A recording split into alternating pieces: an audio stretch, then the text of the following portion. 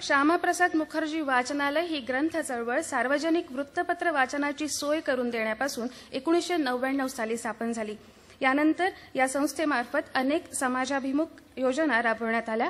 अपंगांना मार्गदर्शन शिबिरे, महिला बचत गटांना मार्गदर्शन शिबिरे, शासनाच्या संजय गांधी निराधार योजना, जीवनदायी आरोग्य योजना यासाठी मार्गदर्शन केंद्र म्हणून श्यामाप्रसाद मुखर्जी ही संस्था कार्यरत आहे।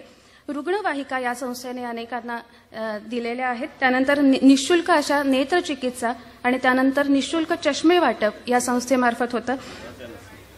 आणि सांगायला अतिशय आनंद होतो की या चंद्रपूरमध्ये हे जे वाचनालय आहे तिथे 12,000 ग्रंथ उपलब्ध आहेत आणि असं समृद्ध वाचनालय चंद्रपूर आणि बल्लारपूर या दोन्ही शहरांमध्ये आहेत। तसंच पोंभुर्णा आणि मूल येथे हे वाचनालय आता पुढे सुरू करण्याचा संस्थेचा मानस आहे। हे रोपटे असे नावारूपाला आलेले माननीय भाऊंनी पाहिले आहे। आईच्या मायेने आणि कठोरपणे आग्रहाने त्यांनी ही संस्था जोपासली आहे, मोठी केली आहे। आज ते जेव्हा या संस्थेकडे बघतात तेव्हा मला वाटतं की त्यांची दृष्टी ही निश्चितपणे आईपणाची असते। माऊली एके ठिकाणी असं म्हणतात, जैसे बालका लेव विजे लेणे तया शृंगारा बाळ काय जाणे, परी ते सुखाचे सोहळे भोगणे माऊलीये दिठी। मी भाऊंना विनंती करते की त्यांनी कार्यक्रमाचं प्रास्ताविक करावं आणि या संस्थेबद्दल थोडी माहिती सांगावी। माननीय भाऊ।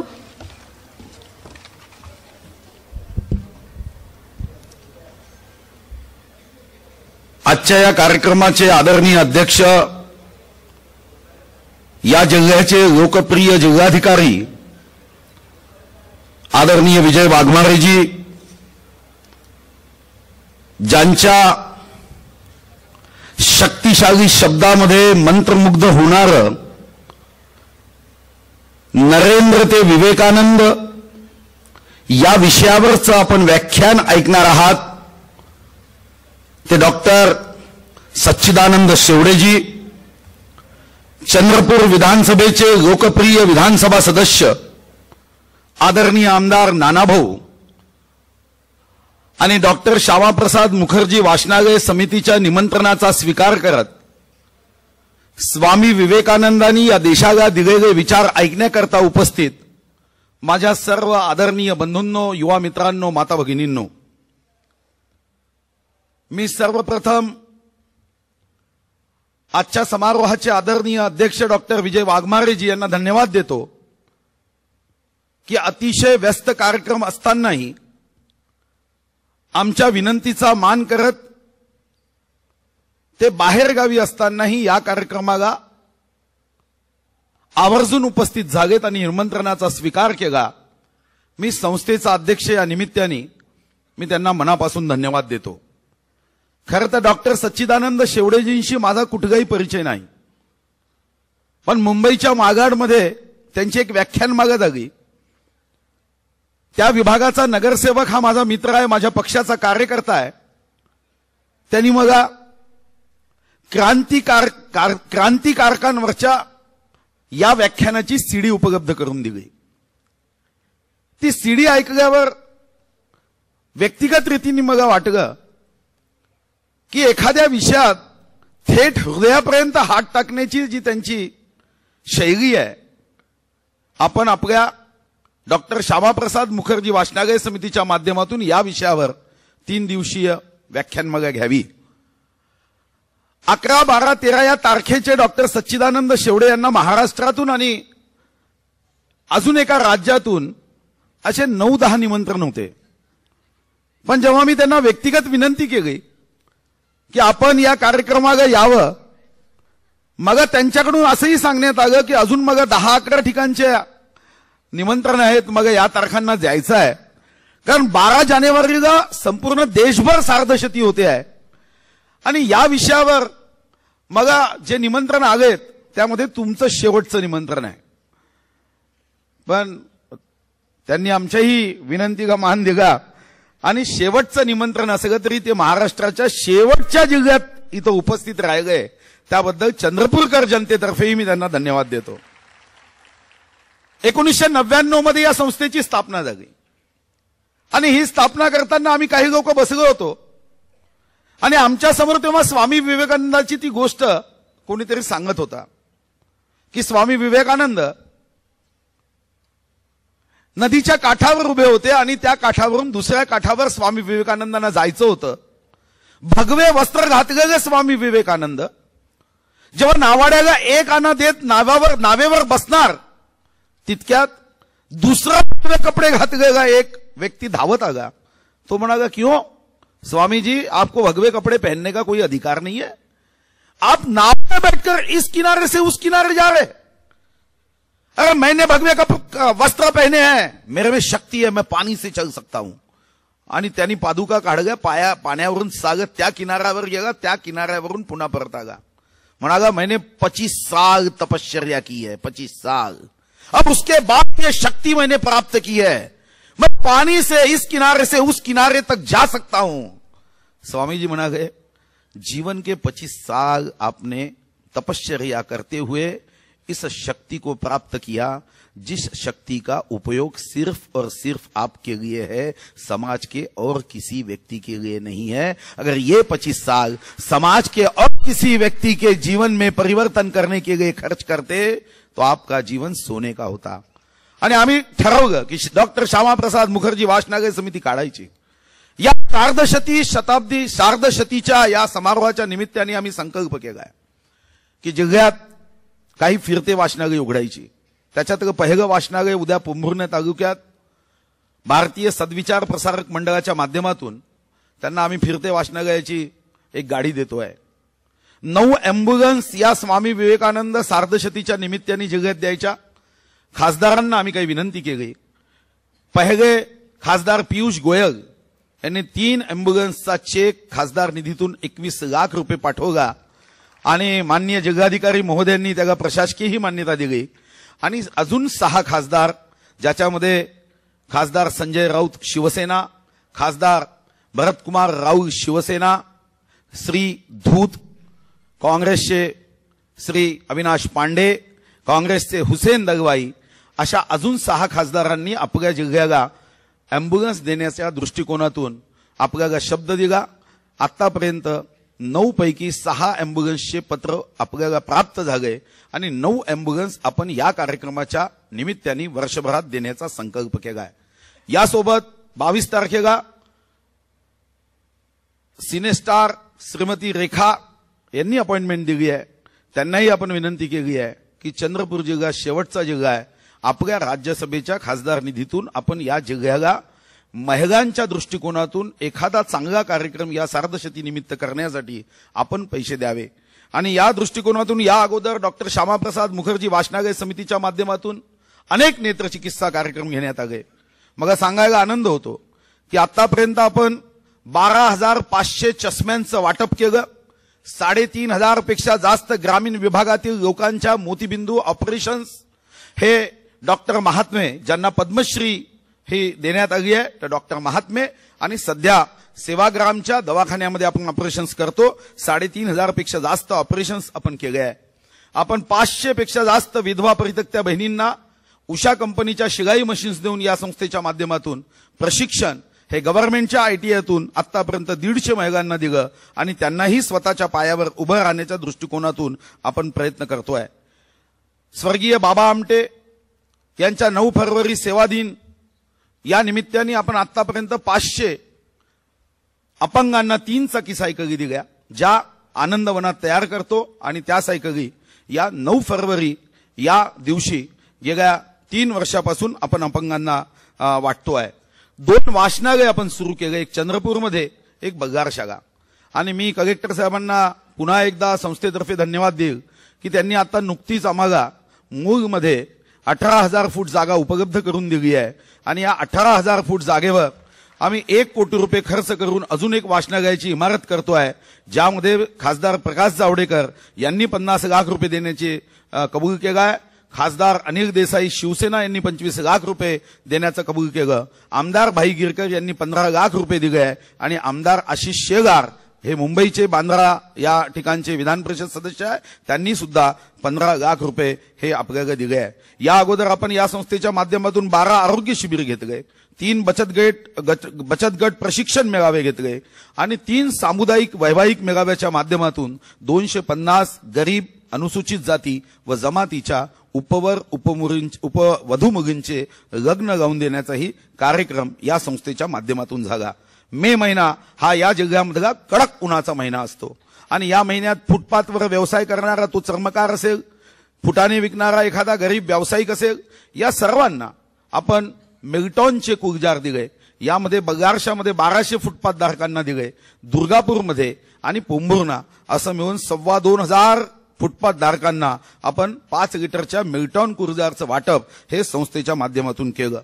यापुढे या संस्थेच्या माध्यमातून या वर्षभरात अनेक कार्यक्रम करण्याचा योजना आमच्या मनात आहे। यामध्ये एक मोठी युवा परिषद घ्यावी, ज्या युवा परिषदेच्या माध्यमातून तरुणांना स्वामी विवेकानंदाचा विचार त्यांच्यापर्यंत पोहोचावाच, पण तो स्वामी विवेकानंदाच्या स्वप्नातला तरुणांच्या बाबतीतला जो विचार आहे त्यामध्ये त्याचं एक पाऊल तरी पुढे जावं या दृष्टिकोनातून आम्ही हा प्रयत्न करणार आहोत। आणि एक युवा हक्क परिषद या वर्षभरात एक मोठी कल्पना घेऊन आम्ही या युवा हक्क परिषदेचा विचार करतोय, ज्यामध्ये माजी राष्ट्रपती डॉक्टर अब्दुल कलाम यांना विनंती केली आहे। त्यांनी अजून येण्याचं जरी मान्य केलं नसलं तरी मला विश्वास आहे की आपल्या निमंत्रणावरून तेही निश्चितपणे या युवा हक्क परिषदेमध्ये येतील। आपण सर्वजण इथं उपस्थित झाला याबद्दलही मनापासून धन्यवाद देतो। आम्हाला आपल्या सहकार्याची अपेक्षा आहे। या कार्यक्रमाच्या निमित्ताने चंद्रपूर शहर असेल किंवा जिल्ह्यातील ज्यांना या सार्धशतीच्या निमित्ताने होणाऱ्या कार्यक्रमात आपण प्रत्यक्ष भाग घ्यावा असं वाटतं, त्यांच्यासाठी आम्ही बाहेर नोंदणी कक्ष ठेवलाय। त्यांनी निश्चितपणे आपली नोंदणी त्यामध्ये करावी, म्हणजे वर्षभर या जिल्ह्यामध्ये स्वामी विवेकानंदाच्या विचाराच्या दृष्टिकोनातून या विभागाचा तरुण, जे स्वामी विवेकानंदांनी वर्णन देशाचं केलं होतं की तीच निरक्षरता, तेच अज्ञान, तीच गरिबी, तेच दारिद्र्य, मला वाटतं की अजूनही तो देश पुन्हा आपण बदलवू शकलो नाही। तो बदलवण्याचा प्रयत्न स्वामीजीच्या विचारातल्या शक्तीत आहे। या शक्तीतून आपण सर्वजण एकत्र येऊन आपण या जिल्ह्यामध्ये स्वामीजीचा विचार लोकांच्या हृदयापर्यंत पोहोचवू, एवढा विश्वास व्यक्त करून मी आपल्या प्रास्ताविकाला विराम देतो। धन्यवाद। जय विदर्भ, जय महाराष्ट्र।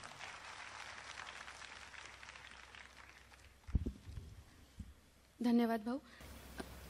उद्या स्वामीजींच्या जयंतीनिमित्त स्वामी विवेकानंद सार्धशती समारोह समितीद्वारा एका भव्य अशा शोभायात्रेचं आयोजन सकाळी 9 वाजता करण्यात आलेलं आहे, जे शिवाजी चौक ते शिवाजी चौक असं असेल। सगळ्यांनी याची आवर्जून नोंद घ्यावी। यानंतर मी त्यांच्याबद्दल काय सांगायचं, मी बोलणंही योग्य नाही, पण भरताचार्य माननीय प्राध्यापक सुरेशजी शेवडे यांचे ते सुपुत्र आहेत आणि ब्रह्मलीन परमपूज्य वरदानंद भारती यांचा अनुग्रह ज्यांना लाभलेला आहे असे आजचे वक्ते माननीय शेवडे सरांना मी विनंती करते की त्यांनी त्यांच्या व्याख्यानमालेचं पहिलं पुष्प गुंफावं। आणि तत्पूर्वी सर्व श्रोत्यांना एक नम्र विनंती आहे की त्यांनी त्यांचे मोबाईल फोन्स, त्यांचे चलभाष सायलेंट मोडवर ठेवावेत।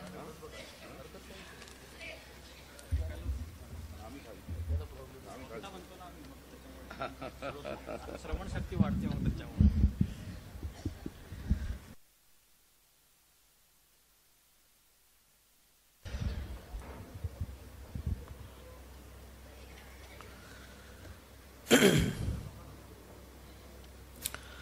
वंदे स्वामिवरं स्वधर्ममिहिरं वंदे नरेन्द्राभिदम् वंदे सद्गुरु रामकृष्ण शरणं वंदे परिव्राजकम् वंदे मानव धर्म जागृतिकरं वंदे शिकागोस्तुतम् वंदे वाग्मिवरं विदेश विजयं वंदे जनोद्धारकम्। देव, देश आणि धर्म यावर मनापासून प्रेम करणाऱ्या उपस्थित सज्जनांनो, एक 5-6 वर्षापूर्वी येणं झालं होतं चंद्रपूरला, त्याच्यानंतर आज येतो या व्याख्यानमालेच्या निमित्ताने। 3 दिवसात नरेंद्र ते विवेकानंद हा अख्खा प्रवास हा यथाशक्ती उलगडण्याचा प्रयत्न करणार आहे। यथाशक्ती एवढ्या कारणाकरता म्हणतोय की संपूर्ण विवेकानंद चरित्र हे 3 दिवसात मावणारं नाही, पण त्यातले जे महत्वाचे टप्पे आहेत ते महत्वाचे टप्पे। बरं, त्यातही गंमत अशी असते की कित्येक वेळेला कार्यक्रम तर ठरवलेला असतो, विषय ठरवलेला असतो संयोजकांनी, काही वेळेला उपस्थितांमध्ये चर्चा अशी असते की विवेकानंद आपल्याला काय कहतात आपल्याला माहिती आहेत, आपल्याला सगळंच माहिती असतं खरं म्हणजे. त्यामुळे विवेकानंद आपल्याला माहिती आहेत. कधीतरी शिवाजी महाराजांच्या वरती बोलण्याचा योग येतो, शिवरायांच्या युद्ध नीतीवर. शिवाजी महाराज काय कहतात आपल्याला माहिती आहेत. तेव्हा मग मी विचारतो काय माहिती आहे शिवाजी महाराजांच्या बद्दल. अफजल खानाला पुरा कसा माहिती आहे, शास्ता खानाला शास्त कशी केली माहिती आहे, सिद्धीजवळच्या वेढ्यातून महाराज कसे निसटले पन्हाळ्यावरून माहिती आहे, आग्र्याहून सुटका महाराजांची माहिती आहे. या सगळ्यामध्ये वापरलेलं तंत्र एक आहे का. मग समोरचा म्हणतो अरे हा काहीतरी वेगळेपणा आहे नाही का, काहीतरी वेगळेपणा आहे. हा वेगळेपणा काय आहे. एक तंत्र यशस्वी झालं म्हणून तसंच्या तसं तंत्र महाराजांनी दुसऱ्या लढाईला वापरलंय का, तर तसं केलेलं नाहीये. प्रत्येक लढाई गणित त्यांचं तंत्र वेगळं आणि त्या काळातलं सगळ्यात अत्याधुनिक तंत्र हे या माणसांनी शोधून काढलं. हे ऐकायला नको. आणि आपण समजतोय शिवाजी महाराज आपल्याला माहिती आहेत. तीच अवस्था स्वामीजींच्या बद्दल होते. स्वामीजींच्या बद्दल म्हटलं काय नेमकं माहिती आहे, तर म्हणाले काय स्वामीजींना अल्पायुष्य होते हो, 39 वर्षाचंच आयुष्य. म्हटलं बरं आणखी काय माहिती. आणखी म्हणाल ते सर्व धर्म परिषदेला गेले होते ना, तिथे बोलायला उभे राहिले नुसते my sisters and brothers of America एवढं नुसतं त्यांनी म्हटलं आणि 2 मिनिटात टाळ्यांचा कडकडाट झाला. बरं म्हटलं तो झाला. पुढे पुढे काय म्हणाले 2 मिनिटं टाळ्यांचा कडकडाट, म्हटलं तो संपला. त्याच्या पुढे ते काहीतरी बोलले असतील ना, ते काय बोलले. अरे हा म्हणाले बोलले नाही का, तेवढंच माहिती नाही. काय बोलले तेच माहिती नाही, पण आम्ही समजतोय आम्हाला विवेकानंद माहिती आहेत सगळे. मग एकाला मी विचारलं नरेंद्र ते विवेकानंद याच्यामधला नावांचा प्रवास तरी मला सांगशील का. ते पोरग मला म्हणाला काय म्हणाला तुम्ही विचारताय, अहो तुमचंच पुस्तक आहे म्हणाला नरेंद्र ते विवेकानंद. जो आधी नरेंद्र होता तो पुढे विवेकानंद झाला. एवढा लूज बॉल कोणी दिल का सिक्सर मारायला. इतकं सोपं नाहीये म्हटलं. ते जन्माला आल्यानंतर पाळण्यात असताना ज्याचं नाव वीरेश्वर ठेवण्यात आलं होतं, बिलू या टोपण नावाने जो ओळखला जात होता, नरेंद्रनाथ शाळेत जाताना ज्याचं नाव घातलं गेलं, संन्यास घेतल्यानंतर जो विविधिशानंद या नावाने ओळखला जायला लागला, दक्षिणेकडे फिरताना ज्यांनी सच्चिदानंद हे नाव धारण केलेलं होतं, आणि सर्व धर्म परिषदेकरता अमेरिकेला जाताना जो विवेकानंद झाला, एवढं नरेंद्र ते विवेकानंद याच्यामधली 6 नावं तरी आपल्याला माहिती असतात का. आणि आपण समजतोय विवेकानंद काय ऐकायचे आपल्याला सगळे माहिती आहेत. माणसाची गंमत हीच असते बरं का, की त्याला असं वाटतं की आपल्याला सगळं माहिती आहे. एक एक गोष्ट जेव्हा माहिती करून घ्यायला लागतो त्यावेळेला त्याला कळतं की ह्यातलं आपल्याला काहीच माहिती नाहीये. म्हणून मोठी माणसं असं सांगतात की एखाद्या गोष्टीतलं आपल्याला काही कळत नाही हे कळणं महत्वाचं आहे, तर पुढे कळण्याची पायरी सोपी होत जाते ना. पण आम्हाला सगळं माहितीच आहे असं म्हटल्यानंतर कठीण होतं. मी जेव्हा नुकताच ग्रॅज्युएट झालो होतो, इकॉनॉमिक्स घेऊन ग्रॅज्युएट झालेलो, माझी आई जेमतेम मॅट्रिक पर्यंत शिकलेली. एक दिवस तिने मला सांगितलं, म्हणाली बाजारात जा आणि म्हणाली तांदूळ घेऊन ये. बर पिशवी पैसे उचलले. अरे म्हणाली त्या आपल्या नेहमीच्या किराणा, हो तर तिला काय कळतंय ना मॅट्रिक, मी ग्रॅज्युएट इकॉनॉमिक्स घेऊन गेलो दुकानात. दुकानदाराला म्हटलं तांदूळ हवेत 5 किलो. तो मला म्हणाला कोणता हवाय. झाला पहिलेच ठेच. कोणता म्हणजे. तो म्हणाला हा 5 रुपये किलोवाला आहे, हा नवा तांदूळ आहे, आणि 7 रुपये किलोवाला आहे, हा जुना तांदूळ आहे. म्हटलं नवाच दे, इकॉनॉमिक्स घेतलेलं होतं. मला वाटलं आधी हा चुकला, नवा माल कोणी स्वस्तात देतो का. म्हटलं नक्की नवा तांदूळ 5 रुपये, जुना तांदूळ 7 रुपये. तर म्हणाला हो. म्हटलं मग नवा दे 5 किलो, आपण जुना माल वापरत नाही. दिलंय की त्यांनी. घेऊन घरी आलो, आईला दाखवलो, आईने पाहिलं आणि मला म्हणाली अरे हा नवा आहे तांदूळ. म्हटलं पाहून आणलाय. तो म्हणाली काय पाहून आणलाय. नवा तांदूळ हा शिजायला आणि पचायला चांगला नाही. लक्षात ठेवलं. 3 महिने गेले. त्याच्यानंतर 3 महिन्यांनी आईने मला सांगितलं तुरीची डाळ घेऊन ये.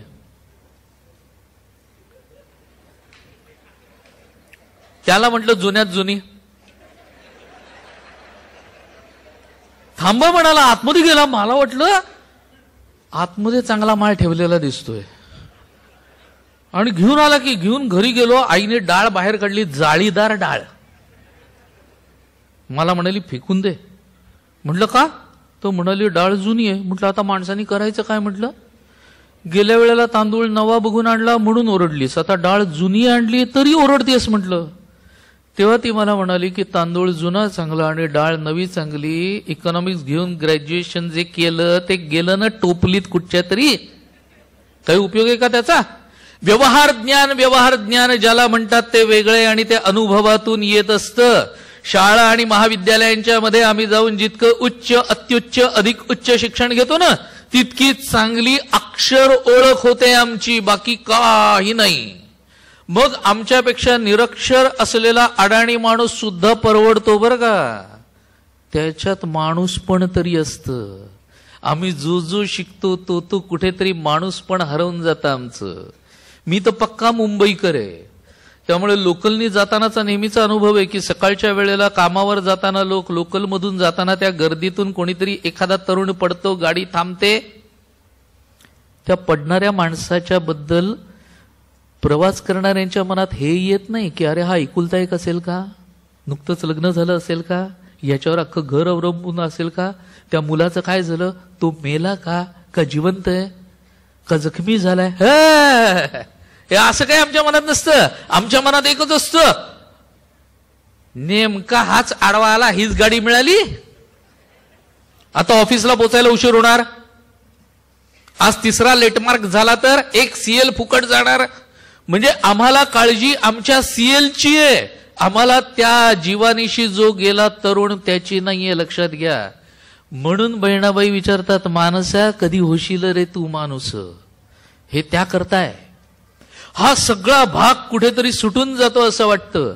आणि मग ज्या वेळेला विवेकानंदांच्या वरती किंवा अन्य राष्ट्रपुरुषांच्या वरती, इतिहास प्रसिद्ध पुरुषांच्या वरती जेव्हा मी बोलतो, कारण मी तर सगळीकडे हिंडत असतो, देशात परदेशात.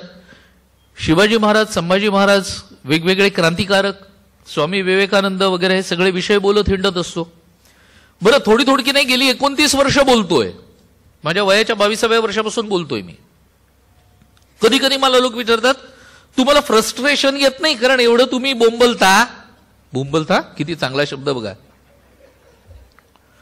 तरी म्हणाले समाजात काही फरक पडत नाही, किंचितही कुठे लाट दिसत नाही. तेव्हा मी त्यांना फक्त एवढंच सांगतो, Rome was not built in a day. एका दिवसात रोम उभं राहिलेलं नाही. विकास हा नेहमी हळूहळू होत असतो. बदल एकदम होत नसतात. एकदम जर बदल झाले तर ते कदाचित समाजाकरता घातक असू शकतात. त्यामुळे बदल हे नेहमी हळूहळूच होत असतात. आणि जेव्हा मला तरुण मुलांचं कुठून ना कुठून तरी पत्र, फोन किंवा आता तर आणखीन फेसबुकवरती किंवा ईमेल पाठवून वगैरे असे ज्या वेळेला रिप्लाय येतात ना की सर तुमचं त्यावेळेला ऐकलेलं होतं किंवा तुमचं अमकं पुस्तक वाचलं आणि त्याच्यातून प्रेरणा घेऊन आज मी माझ्या गावामध्ये असं कुठचं तरी एक काम चालू केलेलं आहे, तेव्हा भरून पावल्यासारखं वाटतं. आणखीन काय पाहिजे. मग मी म्हटलं मला फ्रस्ट्रेशन येत नाही, त्याचं कारण आहे. श्रीकृष्ण शर्माजी नावाचे उज्जैनमध्ये एक कवी होऊन गेले. या माणसाने 127 पुस्तकं लिहिली सगळी क्रांतिकारकांवर, सगळी. त्यातली 5 तर खंडकाव्य आहेत. त्यांना ज्या वेळेला एकाने विचारलं की तुम्हाला फ्रस्ट्रेशन येत नाही का, त्यावेळेला त्यांनी उत्तर खूप छान दिलं. त्याच त्यांच्या 4 लाईन्स सांगतो. ते असं म्हणाले, मैं अमर हुतात्माओं का चारण, मैं अमर हुतात्माओं का चारण उनके यश गाया करता हूं, और जो कर्ज राष्ट्र ने खाया है मैं उसे चुकाया करता हूं, जो कर्ज राष्ट्र ने खाया है मैं उसे चुकाया करता हूं. एकदा हे डोक्यात ठेवलं की फ्रस्ट्रेशन वगैरे येत नाही. लक्षात ठेवा, आपण आपलं काम करत राहायचं हे सगळ्यात महत्वाचं. आणि या सगळ्यातून पुढे जायचं असतं, कधीच मागे फिरायचं नसतं. आज दुर्दैवाची गोष्ट अशी आहे की ज्या वेळेला डोकं ठेवण्यासारखे पाय दिसत नाहीत त्या वेळेला या भूतकाळातल्या लोकांची चरित्र सांगावी लागतात आणि तरुणांना सांगावं लागतं की असेही लोक आपल्याकडे होऊन गेले. लक्षात ठेवा की ज्या माणसांनी आपलं संपूर्ण आयुष्य हे समाजाकरता देऊन टाकलं, देशाकरता वाहिलं, ते जे अन्न खात होते तेच आपण खातोय ना. मग आजची आमची मानसिकता का बदललेली आहे याचा विचार नको व्हायला. आज मी, माझं याच्यापेक्षा आपण आणि आपलं असा विचार आम्ही का करत नाही? माझी एकट्याची प्रगती झाल्यामुळे माझं घर फक्त सुधारेल हो, पण आपली सगळ्यांची झाल्यानंतर आपला देश सुधारणार आहे. स्वामीजींच्या भाषेत सांगायचं झालं तर पाश्चात्यांचं विज्ञान आपल्याला हवंय. इंग्लंडमधून जी काही व्यापार उदीमाची प्रगती झाली ती आपल्याला हवी आहे, पण संपूर्ण जगाच्या दृष्टीने जर बघायला गेलं तर हिंदुस्थानचं जे आध्यात्मिक गुरुपद आहे ते मात्र जगात कोणालाही हिरावून घेता येऊ शकणार नाही. आणि म्हणून हिंदुस्थाननी ते दाखवून द्यायला हवं. आम्ही काहीच करत नाही, धड हे नाही धड ते नाही. इतकी आमची अवस्था स्वातंत्र्योत्तर काळात 6 दशकं होऊन गेली तरी अजूनही आम्ही चाचपडतोय. मग ज्या वेळेला तरुणांच्या समोर सुद्धा इतिहास शिकवताना आजच्या तरुणांना मिळालेल्या स्वातंत्र्याची किंमत नाही. ज्यांनी समरगाथा ऐकली असेल त्यांना माहिती असेल प्रसंग मैसिडी, मगाशी जे भाऊंनी उल्लेख केला तो. आजच्या मुलांना मिळालेल्या स्वातंत्र्याची किंमत नाही असं जेव्हा लोक बोलतात ना, तेव्हा मी त्यांना म्हणतो की दोष त्या मुलांचा नाहीये, दोष असलाच तर तो शिक्षण पद्धतीचा आहे. कारण त्यांना शिकवलं काय जातं, कोणी उभं राहिलं 15 ऑगस्टचा कार्यक्रम आपण डोळ्यासमोर आणा, कोणीही जो वक्ता असतो, जो अध्यक्ष असतो, जो नेता असतो, जो आणखी कोणी कोणी कोणी कोणी असतं, सगळे उभं राहिल्यानंतर पहिलं वाक्य काय बोलतात, 15 ऑगस्ट 1947 या दिवशी देशाला स्वातंत्र्य मिळालं. पुढच्या पिढ्यांना वाटत राहतं मिळालं, स्वातंत्र्य मिळालं, कशाला त्यांना राहील त्याची किंमत. बरं, आजच्या तरुण पिढीच्या समोर आमच्या मिळालेल्या स्वातंत्र्याची किंमत काय माहितीये? अर्धा गुण, अर्धा मार्क. गाळलेले शब्द भरा, भारताला टिंब टिंब रोजी स्वातंत्र्य मिळालं 15 ऑगस्ट 1947, अर्धा गुण खिशात. ही आजची अवस्था आहे. म्हटलं याच्या पुढे तरी या पिढीला जर यांना सांगून उपयोग नाही, यांना यांच्यावर टीका करूनही उपयोग नाही, कारण दोष यांचा नाही. यांना किमान सांगताना असं सांगा, 15 ऑगस्ट 1947 रोजी भारताने स्वातंत्र्य मिळालं हे जे आपण बोलतोय ना, हे मिळालं मिळालं मिळालं हा गुळगुळीत बुळबुळीत शब्द ऐकून कुठेतरी मेंदूला झिंजणे येत नाहीत का? मिळते कोणती गोष्ट कधी विचार केलाय का? भीक मिळते आणि दान मिळतं. स्वातंत्र्य भीक होतं का दान होतं मिळायला? म्हणून याच्या पुढे तरी या तरुण मुलांना शिकवा की 15 ऑगस्ट 1947 या दिवशी भारताने स्वातंत्र्य मिळवलं, मिळालं नाही. अरे मिळवलं, याच्यामध्ये त्याग आहे, पराक्रम आहे, हिम्मत आहे, धैर्य आहे, ओज आहे. मिळालं मध्ये काय आहे? म्हणून पुढच्या पिढ्यांना सांगताना कशा पद्धतीने सांगितलं जावं, जर तसं सांगितलं तर त्यांच्यापर्यंत पोहोचेल आणि तर ते बोलू शकतील ना.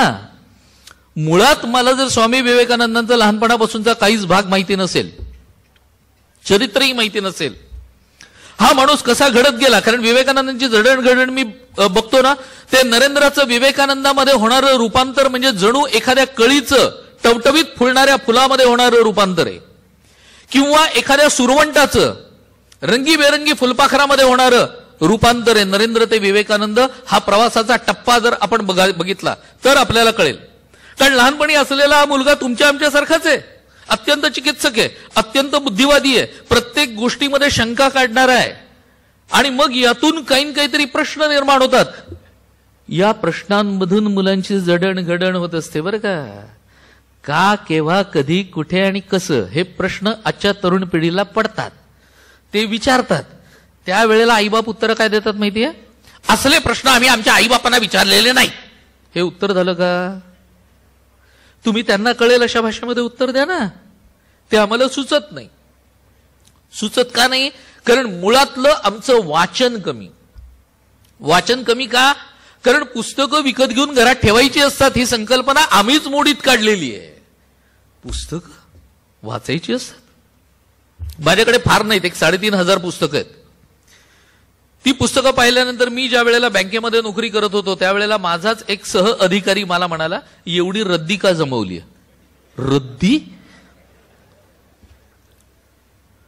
जो माणूस पुस्तक वेडा असेल किंवा पुस्तकांचा संचय ज्याच्या घरी असेल त्याला कळेल की रद्दी म्हटल्यानंतर किती वाईट वाटतं ते.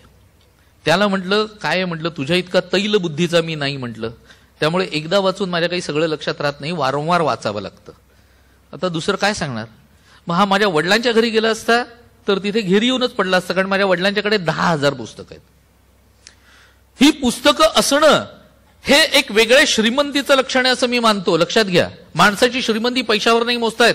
माझ्या घरात पुस्तकं किती आहेत त्याच्यावरती मोजता येऊ शकते, कारण एवढं माझं वाचन आहे, इतकं मी पुढच्या पिढीपर्यंत नेऊन पोहोचवतोय. हे आतून कुठून तरी यावं लागतं, अन्यथा कठीण आहे. अर्थात पुस्तकं सुद्धा सांगतात बरं का वाचावं कसं, कारण आमच्याकडे लोक असे असतात ना, पुस्तक वाचताना पान उलटताना बोट ओलं केल्याशिवाय आम्हाला बरंच वाटत नाही. किंवा लायब्ररीचं पुस्तक असेल तर दुमडून पुस्तक दुमडून वाचायची गोष्ट आहे. बरं काही जण रात्री झोपता झोपता म्हणजे झोपताना छाताडावर पडलं, झोप लागली, 2 पानं वाचेपर्यंत हा आउट, मग हा कुशीवर वळला की पुस्तक बिचारे खाली पडतं, कुठेतरी अंगाखाली येतं, त्याचा चोळामोळा. काय फरक पडते, सकाळी उठल्यानंतर आपलं ताणून केलं, नीट झालं. म्हणून पुस्तक सांगतं. एक सुभाषितकार असं म्हणतो, तैलाद रक्षेत जलाद रक्षेत रक्षेत शिथिल बंधनात. सगळ्यात पुढचं महत्वाचं आहे, मूर्ख हस्ते न दातव्यम एवं वदती पुस्तकः. तैलाद रक्षेत जलाद रक्षेत, माझं तेलापासून रक्षण कर, माझं पाण्यापासून म्हणजे थुंकी ह्यापासून माझं रक्षण कर. शिथिल बंधन म्हणजे लूज बाइंडिंग, माझं लूज बाइंडिंग पासून रक्षण कर. आणि सगळ्यात महत्वाचं म्हणजे मूर्खाच्या हाती मला जाऊ देऊ नकोस. असं कोण सांगतं? पुस्तक सांगतं. कुठेतरी हे आतमध्ये रुजायला पाहिजे आणि हे असं पुढच्या पिढ्यांच्या पर्यंत पोहोचवायला पाहिजे, तर उपयोगी, अन्यथा उपयोग नाही. स्वामीजींचा जन्म 12 जानेवारीचा, उद्याचा आहेच भाग, आणि उद्याचा जो भाग आहे उद्यापासून 150वं वर्ष चालू होणार असं बरेच जण समजतात. उद्यापासून नाही 150वं वर्ष चालू होणार, थोडंसं करेक्ट करतो.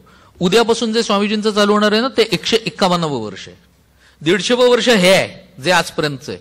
आपल्याकडे मोठ्या मोठ्या लोकांची गणितं नेहमी कच्चीच असतात. आपल्याकडे शताब्दी 100 वर्ष झाली ना की मग त्याच्या पुढचं वर्ष आपण शताब्दी म्हणून साजरी करतो. पुढचं वर्ष शताब्दीचं नसतं, ते 151 असतं. 99 धावा झाल्यानंतर 100वी धाव काढली जाते की नाही, 100 झाल्यानंतर 151 काढतात, त्यावेळेला आपण म्हणतो का सेंच्युरी झाली म्हणून, सेंच्युरी 100वी धाव. तसं 149 वर्ष झाल्यानंतरचं जे वर्ष असतं ना, ते 150वं असतं. मग आता कोणी विचारेल की असं असलं तरी तुमचे तर जे कोणी फेसबुक वगैरे युजर असतील, मी फेसबुकवर असतो, त्यामुळे कोणीतरी ते पाहिलेलं असेल तर मला म्हणतील, पण मग या 151व्या वर्ष तुम्ही म्हणताय, पण तरी तुमचे कार्यक्रम विवेकानंदांवर लागलेलेच आहेत. म्हटलं अर्थात माझं म्हणणं असं आहे की हे फक्त करेक्शन म्हणून मी सांगितलं. माझं म्हणणं असं आहे की उद्यापासून पुढची 10 वर्ष जरी कोणी विवेकानंद जयंतीची म्हणून साजरी करणार असेल ना तरी चालेल, कारण आदर्श समोर जायलाच पाहिजेत. जितके जातील तितकं अधिक उत्तम, काही फरक पडत नाही. पुढची 10 वर्ष करा साजरी. कारण वंदे मातरमच्या बाबतीत असंच घडलं होतं, आपल्याला आठवत असेल तर. केंद्रामध्ये एक बिनखात्याचा मंत्री होता. बिनखात्याचा मंत्री हा काय प्रकार असतो ते मला अजून कळलेलं नाही, हा ते जाऊ दे, पण होता त्यावेळेला. त्यांनी उगाचच जाहीर केलं 2007 मध्ये, मला असं वाटतं की हे वर्ष जे आहे ते म्हणे वंदे मातरमचं शताब्दी वर्ष आहे. झालं, आमच्याकडे लगेच सगळ्यांनी लेखण्या सरसावल्या, वर्तमानपत्रात लिहायला सुरुवात केली की बंकिमचंद्रांनी 1907 मध्ये कसं वंदे मातरम लिहिलं. कारण हे शताब्दी त्यांनी सांगितलं ना, म्हणजे 100 वर्ष मागे जायचं, म्हणजे 1907 सोपं आहे, ते सांगायला काही शेवडे लागत नाहीत.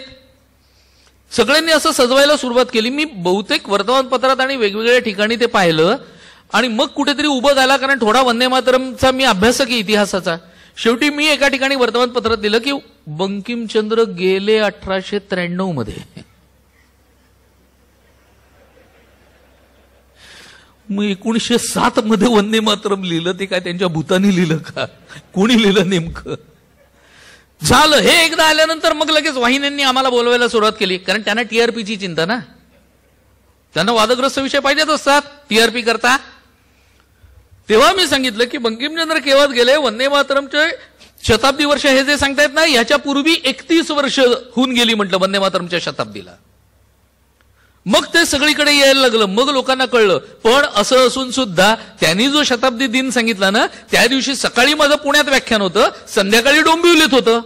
मग तिथे एका पत्रकारांनी मला विचारलंच की का तुम्ही ती चूक काढलीत आणि तुम्ही नेमके या दिवशी 2-2 ठिकाणी व्याख्यानं, हे कसं काय? म्हटलं इतिहासाचा अभ्यासक म्हणून मी सांगतोय की हे वंदे मातरमचं वर्ष सांगतायत ते चुकीचंच आहे, पण एक भारतीय, एक हिंदुस्थानी म्हणून माझी धारणा ही आहे की माझ्यासाठी रोज उगवलेला दिवस हा वंदे मातरम दिवस असतो.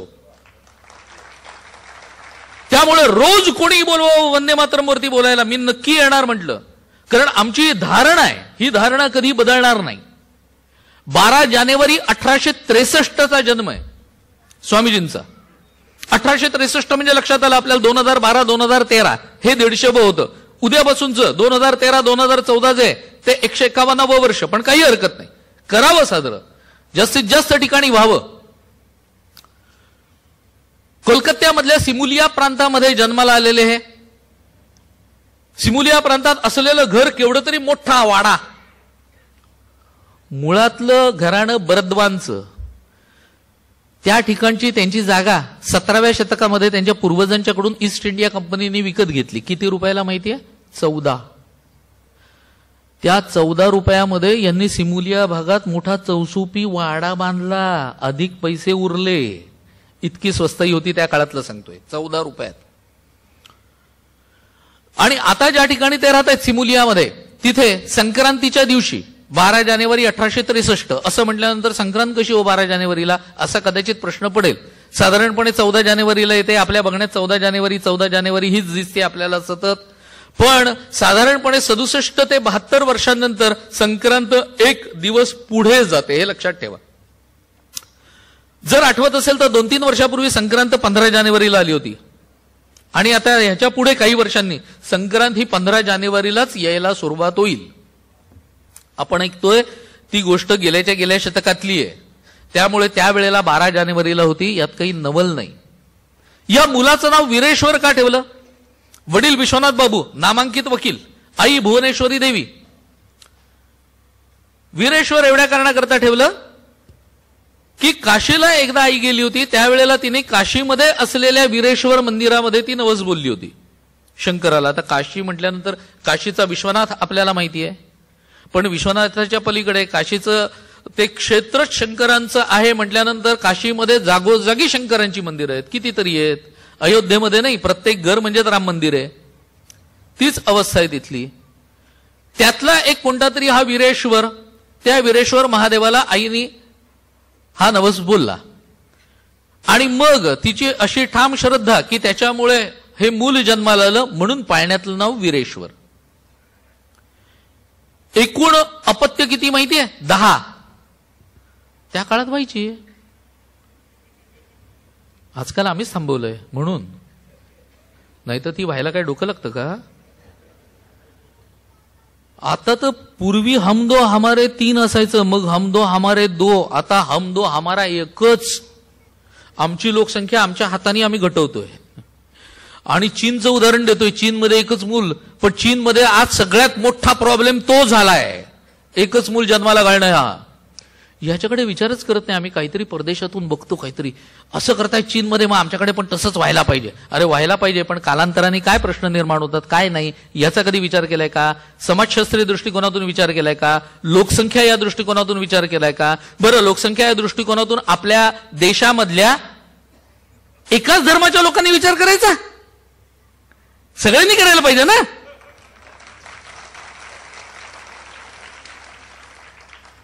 तसं होताना दिसत नाही. आम्ही एकलमी कार्यक्रम राबवल्यासारखं करतोय. हे घातक होणारे आज ना उद्या, हे कधीतरी लक्षात यायला पाहिजे. असो, तो आणखी वेगळ्या व्याख्यानाचा विषय होईल.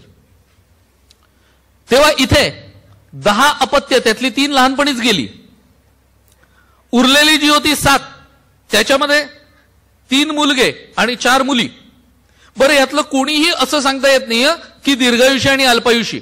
काही वेळेला असं असतं की त्या घराण्यामध्ये आयुर्मान बघितलं जातं दोन्हीकडे, आई वडिलांच्याकडे, आणि मग त्यानुसार दीर्घायुषी असणं ही यांच्याकडची परंपरा दिसतीये. यांच्याकडे आई वडिलांच्याकडे दीर्घायुषी सगळेच, पण ही भावंड नाही तशी दिसत.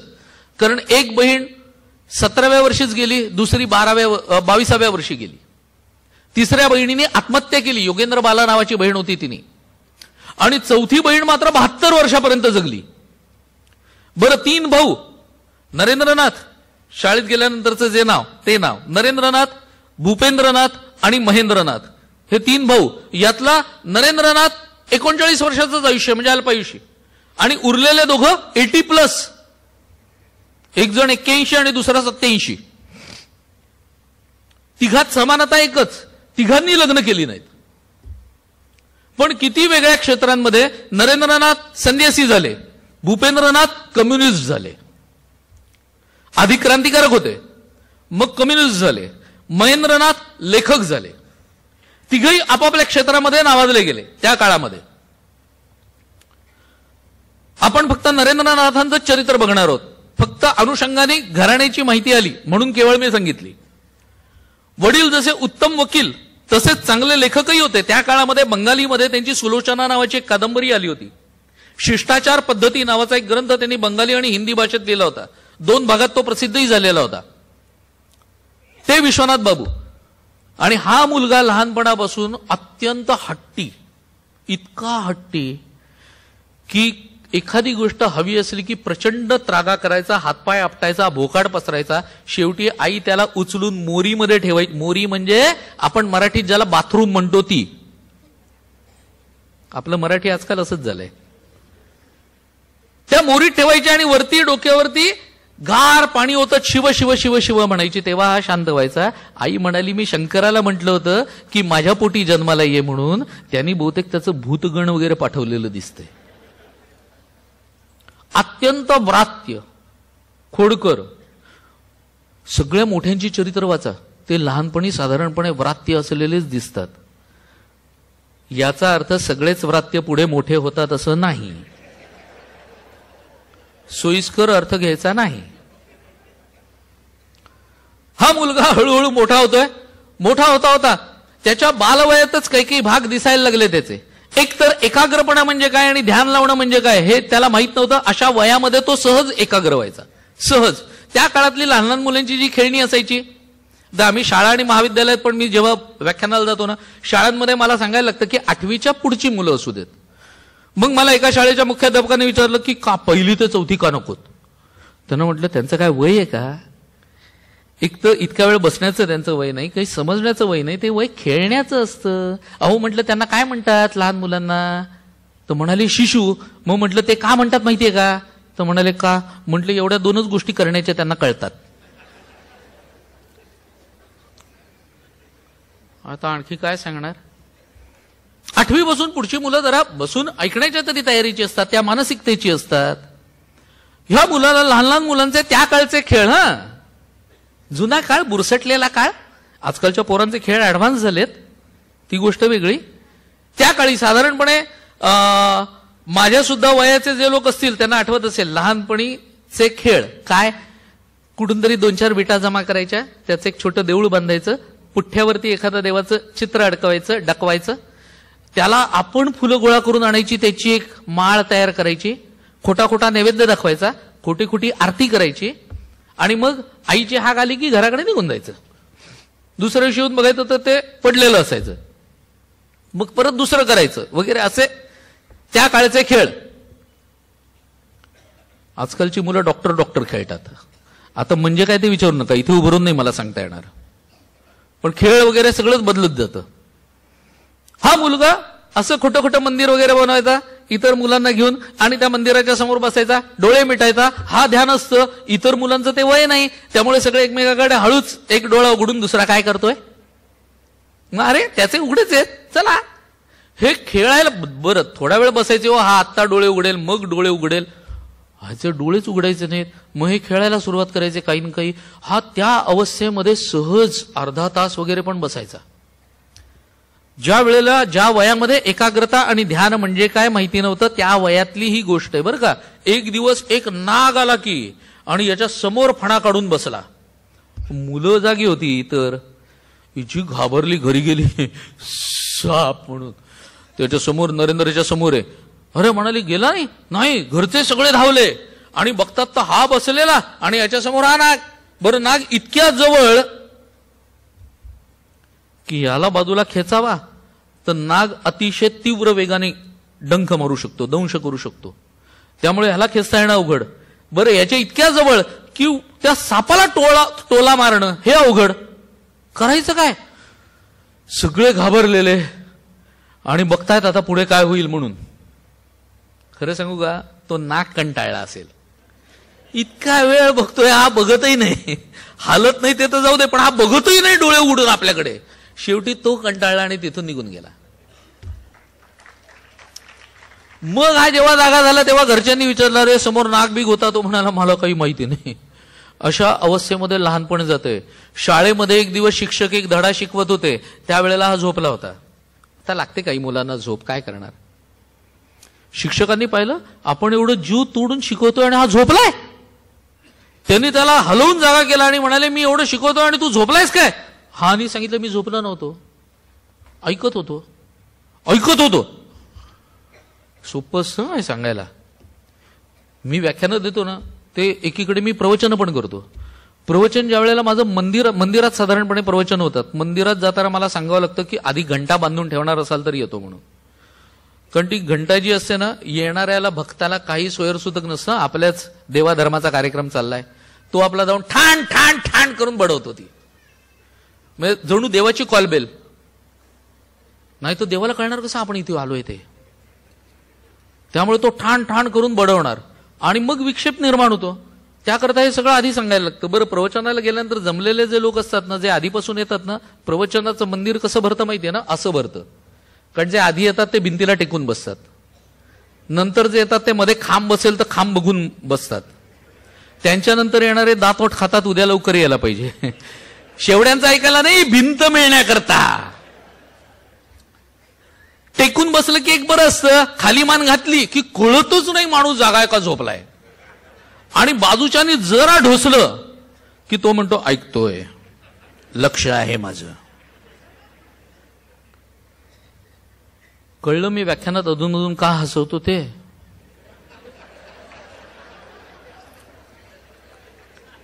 ऐकता ऐकता कोणाला येऊ नये झोप म्हणून.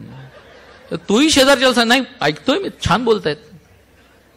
हा झोपलेला शिक्षकांनी उठवलं आणि म्हणाले, अरे इथे जीव तोडून मी शिकवतोय आणि तू झोपलायस. हा म्हणाला, झोपलो नाही, ऐकतोय. असं मी काय शिकवलं सांग बरं. उठून उभा राहिला आणि जो धडा त्यांनी शिकवला ते तसंच्या तसं म्हणून दाखवलं. शिक्षक गार. असा जर विद्यार्थी, मला एकाने सांगितलं, मग पुढे काय झालं, शिक्षक काय म्हणाले, हे चरित्रात नाहीये. पण म्हटलं माझ्या अकलेने तुला सांगतो. म्हटलं शिक्षक म्हणाले असतील, असा मुलगा रोज झोपला तरी चालेल.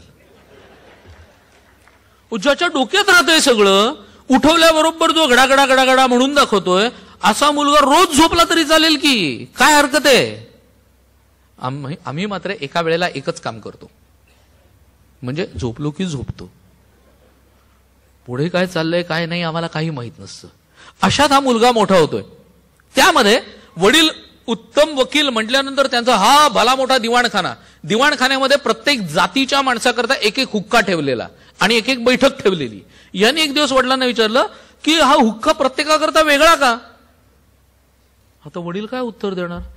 ते फक्त एवढंच म्हणाले, अरे जातीनुसार ठेवलेत. पण मग जातीनुसार तरी हुक्का वेगळा का, या लहान मुलाला पडलेला प्रश्न आहे, लक्षात घ्या. वडील म्हणाले, काही बोलले नाहीत, निघून गेले. यांनी विचार केला, प्रत्येक जातीच्या माणसाला हुक्का वेगळा ठेवण्यामुळे प्रत्येकात चव वेगळी असते का. कारण यांनी प्रत्येक हुक्का ओढून पाहिला. मला एकाने विचारलं, असं का केलं असेल. म्हटलं धूर कुठून येतो ते बघायला. झालं समाधान. साधारणपणे नाका आणि तोंडातूनच येतो ना हुक्का ओढल्यानंतर, कानातून वगैरे येतोय का बघायला. म्हटलं केलं असेल. जसा प्रश्न तसं उत्तर द्यायला लागतो, काय करणार. कारण ज्या समजून घेण्याच्या गोष्टी असतात त्याच्यामध्ये काही खरं प्रश्न नसतात, पण तरी काही जणांना पडतात. याने सगळे हुक्के ओढून पाहिले एक दिवस, दिवाणखानाभर धूर. वडील तेवढ्यात आले आणि त्यांनी पाहिलं. लगेच कळलं पराक्रम कोणाचे ते. नरेंद्रला विचारलं, हे काय करत होतास तू. म्हणाला, काही नाही, प्रत्येक जातीच्या माणसाचा हुक्का ओढून पाहिला. म्हणाले, पण कशा करता. नाही म्हणाला, माझ्यात काय फरक पडतोय इतर कोणत्या जातीच्या माणसाचा हुक्का ओढून पाहिल्यानंतर, हे बघत होतो. वडील काय उत्तर देणार अशा मुलाला. ते फक्त एवढंच म्हणाले, बाळा तुला आता नाही समजणार, मोठा झाल्यावर कळेल. हं. आणि मोठा झाल्यावर कळेल हं असं म्हटल्यानंतर त्या काळातली मुलं गप्प बसायची. आजकालची विचारतात, आत्ता का नाही, मी मोठाच आहे. ज्या वयात जे कळणं आवश्यक असतं त्या वयात ते कळावं. आम्ही नको त्या वयामध्ये नको ते शिक्षण मुलांना देते आणि मग शाळेतल्या इतिहासाच्या पुस्तकातल्या ज्यांना जोड्या लावता येत नाहीत ते रस्त्यावरती भलत्याच जोड्या लावायला सुरुवात करतात.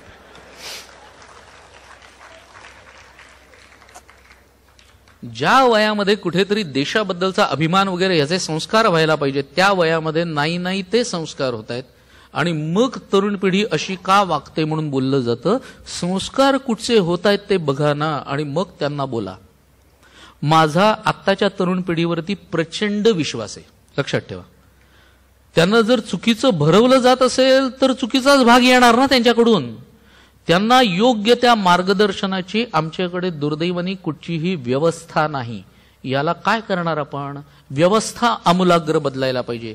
ती बदलणार कोण? मांजराच्या गळ्यात घंटा बांधणार कोण? आणि ही जी चालू आहे ती सगळी चुकीची व्यवस्था आहे हे तरी सांगणार कोण? एक साधी गोष्ट आपल्याला सांगतो. दिल्लीमध्ये परवाचा जो काही भयानक प्रकार घडला त्या भयानक प्रकार घडल्याच्या निषेधार्थ दिल्लीमध्ये काय निघालं? मेणबत्ती मोर्चा. प्रायोजित ना, एनजीओज वेगवेगळे असतात.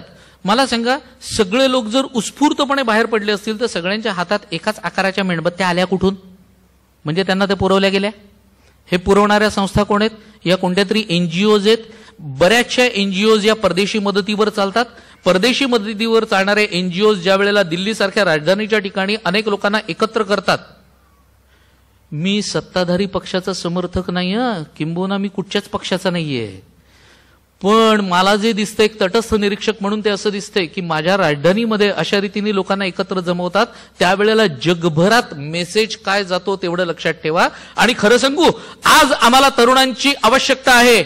मेणबत्त्या हातात धरणारे हात नकोयत आम्हाला, मशाली हातात घेणारे हात पाहिजेत. लक्षात ठेवा. जर हे होत नसेल तर नुसत्या मेणबत्त्यांनी काही साध्य होणार नाही. आम्हाला वाईट वाटलं, जरूर वाटलं, त्या सगळ्यात आम्ही सहभागी आहोत, पण म्हणून मेणबत्तीने काही घडत नाही. जर काही घडणार असेल तर ते मशालीने घडेल. आणि म्हणून अरे पुन्हा आयुष्याच्या पेटवा मशाली हे जे म्हटलंय ते त्याकरता म्हटलंय. ह्या कशाचाही आम्ही विचार करत नाही असतो, त्यामुळे त्यात मी अधिक शिरत नाही. जसजसा मुलगा मोठा होतोय तसतसं वाढता वाढता अत्यंत कठोर बुद्धिवादी एकीकडे प्रचंड चिकित्सक. एकदा ही सगळी मुलं खेळत होती चाफ्याच्या झाडावरती, चंपक वृक्षावर. खेळतायत काय? किती अघोरी खेळ माहितीये. वरच्या फांदीमध्ये तांगड्या अडकवायच्या आणि डोकं खाली आणि झुला. जर चुकून पाय सटकला तर कपाळ मोक्ष. एका मित्राचे वडील चालले होते, त्यांनी पाहिलं, ए म्हणाले काय करताय, खाली उतरा.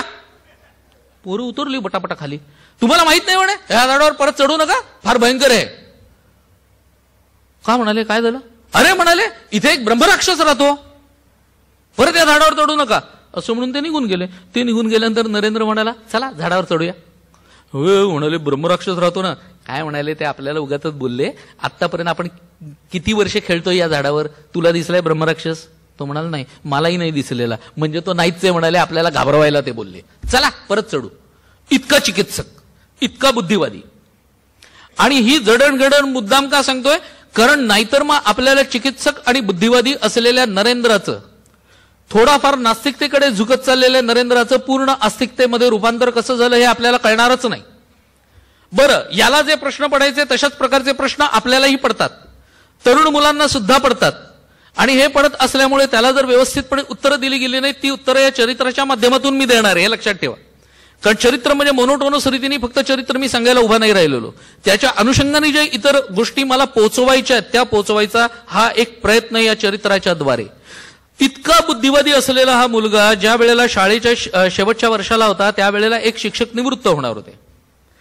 ते निवृत्त होणारे शिक्षक म्हटल्यानंतर त्यांच्याबद्दल कोणीतरी चांगलं बोलणारा एक वक्ता हवा होता. कोण बोलणार प्रत्येकाला विचारलं. कारण सुरेंद्रनाथ बॅनर्जींसारखा माणूस अध्यक्ष म्हणून येणार होता. सुरेंद्रनाथ बॅनर्जी हे पुढे भारतीय राष्ट्रीय काँग्रेसचे झालेले दुसरे अध्यक्ष बरं का. इतका मोठा माणूस, तो विद्वान, इंग्रजीचा फरडा वक्ता, इंग्रजीचं ज्ञान एवढं की इंग्रजांपेक्षा त्यांचं इंग्रजी चांगलं होतं असे सुरेंद्रनाथ. ते अध्यक्ष म्हणून असणार आहेत. अशा वेळेला इंग्रजीत भाषण करणार. कोण करणार? शोध घेता घेता तो नरेंद्रच्या जवळ शोध थांबला. नरेंद्रला विचारलं की तू इंग्रजीत भाषण करायचं, करणार? हो म्हणाला. तयारी? हो. आणि त्यांनी तयारी केली आणि उभा राहिला आणि इंग्रजीमध्ये त्यांनी अर्धा तास अस्खलित भाषण केलं, ज्याच्यामध्ये ते निवृत्त होणारे शिक्षक आहेत त्या शिक्षकांच्या अंगामध्ये शिकवण्याची कला किती चांगली होती, त्यांची वैशिष्ट्ये काय, ही सगळी त्यांनी सांगितली. हे नरेंद्रचं झालेलं पहिलं व्याख्यान एका परीने, लक्षात घ्या, शाळेमध्ये केलेलं. हे व्याख्यान संपलं मात्र सगळ्यांनी टाळ्या तर वाजवल्याच, त्यात काही नवल नाही. पण सुरेंद्रनाथ बॅनर्जी आपल्या खुर्चीतून उभे राहिले, उठून उभे राहिले आणि त्यांनी टाळ्या वाजवल्या, त्यांची शाबासकी मिळाली. पण शाळेत जाण्यापूर्वी, हा शेवटच्या वर्षाच्या पूर्वी 2 वर्ष वडिलांच्या बरोबर रायपूरला तो राहिलाय. रायपूरला त्या काळामध्ये शाळा नव्हती, त्यामुळे शाळा बुडली तब्बल 2 वर्ष. पण वडिलांच्याकडून जे ज्ञान मिळालं ते सगळ्यात महत्वाचं होतं. कारण वडील, त्यांना गायकीचा एक छंद होता, उत्तम स्वतः गायचे ते. त्यांनी या काळामध्ये, हा मुलगा वडिलांच्या जवळ राहतोय त्यामुळे अति निकट वडिलांचं त्याला हे लाभल्यानंतर, सान्निध्य लाभल्यानंतर वडिलांच्याकडून काही काही गोष्टी शिकला. त्यात वडिलांनी ख्याल, ठुमरी, गझल हे सगळे प्रकार, त्याचप्रमाणे श्यामा संगीत, बाऊल हे बंगाली प्रकार आहेत गाण्याचे, हे प्रकार हे सगळे त्याला शिकवले. गाण्याची गोडी लावली आणि गाण्याची गोडी इतकी लागली, पुढे तर रेग्युलर उस्ताद ठेवले वडिलांनी. आणि नरेंद्र बघता बघता उत्तम गायक झाला. किती उत्तम गायक होता माहितीये, की जर नरेंद्रचा विवेकानंद झाला नसता तर त्यांनी सगळीकडे मैफली गाजवल्या असत्या, इतका चांगला गायक होता. हे फक्त मी म्हणत नाहीये, रामकृष्ण बुवा वझ्यांसारखा माणूस आपल्या आत्मचरित्रात लिहितो. रामकृष्ण बुवा वझे, संगीत क्षेत्रामधल्या लोकांना हे नाव माहिती. वझेबुवा उत्तम गायक, त्यांनी असं लिहिलंय, उत्तर हिंदुस्थानामध्ये स्वामीजींच्या पायापाशी बसून 15 दिवस मी संगीताचे धडे गिरवले.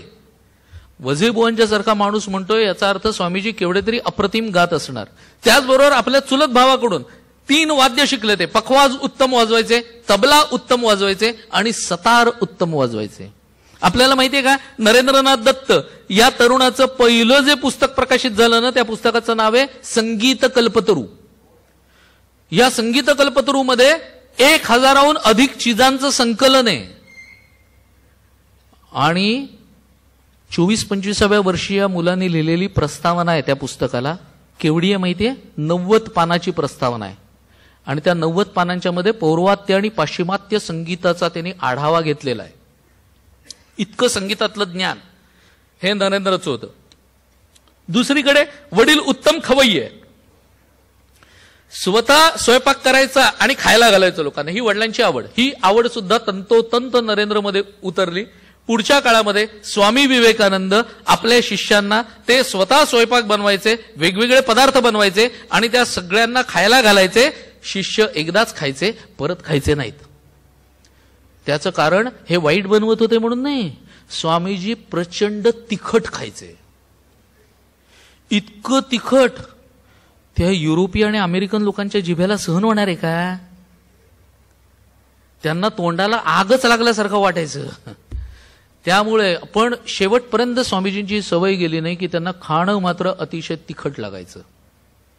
तेव्हा अशामध्ये हा नरेंद्र आता ज्या वेळेला वडिलांच्या बरोबर रायपूरहून परत कोलकात्याला आला, त्यावेळेला त्यांनी एका वर्षात 3 वर्गांची परीक्षा दिली. एका वर्षात 3 वर्गांची परीक्षा आणि तो मॅट्रिक झालाय. त्यानंतर गेलाय कॉलेजमध्ये, प्रेसिडेन्सी कॉलेजमध्ये ऍडमिशन घेतली. ऍडमिशन घेतल्यानंतर त्या कॉलेजमध्ये शिकतोय, पण नेमकं परीक्षेच्या आधी काही दिवस त्याला मलेरिया झाला, म्हणून कॉलेजनी परीक्षेला बसण्याची परवानगी नाकारली. उपस्थितीला इतके दिवस तुमचे कमी आहेत, त्यामुळे तुम्ही परीक्षेला बसू शकणार नाही. विचार पडला की आता मग करायचं काय? त्याच वेळेला जनरल असेंब्लीज इन्स्टिट्यूट नावाचं एक कॉलेज होतं, ते याच्या मदतीला धावलं. त्यांनी याला ऍडमिशन दिली. तिथे यांनी पुढे आपलं BA पर्यंत शिक्षण केलं. गंमत म्हणजे पुढे हे प्रेसिडेन्सी कॉलेज असंच एका विद्यार्थ्याबद्दल वागलं, त्याला सुद्धा असंच काढून टाकलं होतं कॉलेजमधून. त्यावेळेला त्याही विद्यार्थ्याच्या मदतीकरता जनरल असेंब्लीज इन्स्टिट्यूटच धावली, फक्त त्यावेळेला त्याचं नाव बदललं होतं आणि स्कॉटिश चर्च कॉलेज हे नाव झालेलं होतं. आणि हे दोघेही जण पुढे प्रख्यात झाले. हो, मी म्हटलं म्हणजे बरं आहे, प्रेसिडेन्सी कॉलेज ज्याला काढून टाकायचं आणि स्कॉटिश चर्च ज्याला ऍडमिशन द्यायचं, तो माणूस पुढे मोठा व्हायचा. कारण नरेंद्रच्या बाबतीत प्रेसिडेन्सी कॉलेज असं वागलं, तो पुढे स्वामी विवेकानंद झाला. त्यानंतर सुभाष बोसच्या बाबतीत असंच वागलं, तो पुढे देशगौरव नेताजी सुभाषचंद्र बोस म्हणून प्रसिद्ध झाला. हे असंच वागलेलं होतं. त्यावेळेला फक्त प्रेसिडेन्सी कॉलेजनी खोटा आरोप ठेवला होता, एका प्राध्यापकाला बडवलं म्हणून. ऍक्च्युअली असं काही सुभाषभाऊंनी केलेलं नव्हतं, पण खोटा आरोप ठेवून त्यांना काढलेलं होतं. इथे हे या कॉलेजमध्ये शिक्षण घेत आहेत. त्याच सुमाराला 1828 मध्ये त्याच्या पूर्वी राजाराम मोहन रॉय यांनी ब्राह्म समाज नावाची एक संस्था स्थापन केलेली होती बंगाल प्रांतामध्ये. 1878 मध्ये ब्राह्म समाजामध्ये फूट पडली आणि त्यातूनच साधारण ब्राह्म समाज नावाची एक संस्था निर्माण झाली. ब्राह्म समाज कशाकरता निर्माण झालेली होती की शिकलेले लोक तिथे जायचेच. शिकलेल्या लोकांनी ती एक निर्माण केलेली संस्था. का? परमेश्वर निर्गुण निराकार असतो म्हणून सगुण साकार रूपाची पूजा करायची नाही. मग काय? भिंत फक्त समोर, त्याच्या समोर जमायचं, दर रविवारी जमायचं आणि उपासना संगीत म्हणजे परमेश्वराची भजनं. थोडक्यात ब्राह्म समाज म्हणजे ख्रिस्ती धर्माची छाया पडलेला एक समाज. हिंदू धर्मावरती सातत्याने धर्मामधल्या रूढी परंपरा वगैरे ह्याच्यावरती टीका करण्याकरता पुढे असलेला. जे वाईट आहे त्याच्यावरती टीका करायला काही हरकत नसते, पण प्रत्येक वेळेलाच हिंदू धर्माला टार्गेट करून हिंदू धर्मातलेच लोक जेव्हा टीका करतात ना त्यावेळेला स्वामीजींचं सांगणं आपल्याला मुद्दाम सांगतो आता ओघात आलंय म्हणून. स्वामीजी त्यावेळेला सुद्धा सुधारकांना असं म्हणतात की टीका करून सुधारणा होत नसते. जर तुम्हाला काही सुधारणा घडवायची असेल ना तर लोकांपर्यंत जाऊन पोचा, त्यांच्यावर प्रेम करा आणि प्रेमाने त्यांना एखादी गोष्ट सांगा. तुम्हाला हिंदू धर्म म्हणजे चुकांनी बांधलेलं गाठोडं वाटतं की काय? अरे जर हिंमत असेल ना तर या हिंदू धर्म नावाच्या विशाल सरोवरामध्ये बुडी मारा, तळापर्यंत जाऊन पोचा आणि जेव्हा वर याल ना तेव्हा तुमच्या हातामध्ये अनमोल रत्नच असतील केवळ, असं ते सांगतात. आणि म्हणून रूढी या कालपरत्वे निर्माण झालेले असतात. काळ संपल्यानंतर रूढी संपायलाच हवी असते. परंपरा या सुद्धा कोणत्या ना कोणत्या तरी कारणाने निर्माण झालेल्या असतात, त्या संपायला हव्या असतात. त्या म्हणजे धर्म आणि ते म्हणजे शास्त्र असं मुळीच नाही, लक्षात ठेवा. उदाहरणार्थ केशवपन, कारण सध्या ती कोणती तरी सिरियल चालू आहे ना मराठीत, उंच माझा बोका का काहीतरी नाही झोका. त्याच्यामध्ये त्या लाल कपड्यात आलवणातल्या असलेल्या स्त्रिया दाखवतात. त्यावेळेला मुलं विचारतात की हे असं का? त्यावेळेला सांगतात नाही त्या काळानं एखाद्या बाईचा नवरा गेला ना की मग तिचे केस काढले जायचे. लगेच आजच्या पिढीला वाटतं काय भयंकर आपले लोक होते आणि किती रानटी होते. हे शास्त्रात नाही सांगितलेलं. ही निघालेली प्रथा आहे. ही प्रथा कालांतराने ब्रिटिश काळापर्यंत नाहीशी होऊन जायला पाहिजे होती, पण अचानक निर्माण झालेली प्रथा, एस्टॅब्लिश झालेली एखादी प्रथा ताबडतोबीने नष्ट नाही होत, हळूहळू नष्ट होते. आज झालीये की नाही? आज झालीये. ब्रिटिशांच्या काळापर्यंतच ते बंद व्हायला सुरुवात झालेलीच होती. निघाली का? निघाली मोगली आक्रमणामुळे निघालेली आहे. म्हटल्यानंतर ते आक्रमणाचा भाग संपला आणि ब्रिटिशांचं राज्य चालू झालं म्हटल्यानंतर ती नष्ट व्हायला हवी होती की नाही? ती नष्ट हळूहळू झाली. याचाच अर्थ काही प्रथा परंपरा निर्माण होतात. आणखी एक उदाहरण सांगतो म्हणजे स्पष्ट होईल जास्त. एका ठिकाणी गेलो होतो त्यावेळेला तिथल्या एका तरुण सुनेनी मला सांगितलं, म्हणाली अहो एक प्रश्न विचारायचा आहे. म्हणाली तुम्हाला कदाचित हास्यास्पद वाटेल. म्हटलं काय? तर म्हणाली पडवळाची भाजी खाल्ल्याने कोणी मरतं का? नाही मी आहे ना म्हटलं जिवंत. पडवळाची भाजी खाल्ली आहे, अनेक वेळा खाल्ली आहे, अजून ठणठणीत आहे. म्हटलं का? तर म्हणाली नाही आमच्या सासूबाई म्हणाल्या की पडवळाची भाजी आपल्याकडे करत नाहीत, ती खाल्ल्यामुळे कोणीतरी मरतं. मी तिच्या सासूला विचारलं का हो? म्हटलं पडवळाची भाजी खाल्ल्याने कोणी मरतं? त्या म्हणाल्या नाही. मग म्हटलं तुम्ही सुनेला असं का सांगितलं? म्हणाल्या काय माझ्या सासूबाईंनी मला सांगितलं की पडवळाची भाजी करू नकोस, ते केल्याने काहीतरी होतं. बरं म्हटलं. परत म्हणाले आजकालच्या सुना यांचा अशा कशावर विश्वास नसतो, त्यामुळे काहीतरी होतं, त्यापेक्षा मीच आपलं सांगितलं मरतं. काहीतरी होतं त्याच्यावरून हिने काय सांगितलं? मरतं पुढच्या पिढीला. तिच्या सासूला मी विचारलं अहो म्हटलं तुमच्या घरात काय पडवळाची भाजी करत नाहीत का? त्या म्हणाल्या का? म्हणलं नाही असं असं तुमच्या सुनबाईंनी सांगितलं. तर म्हणाली हो मीच माझ्या सुनेला सांगितलं होतं की पडवळाची भाजी काही आपल्या घरात करत नाहीत म्हणून. म्हणलं पण का? काय सांगायचं? म्हणाली मलाच आवडत नाही.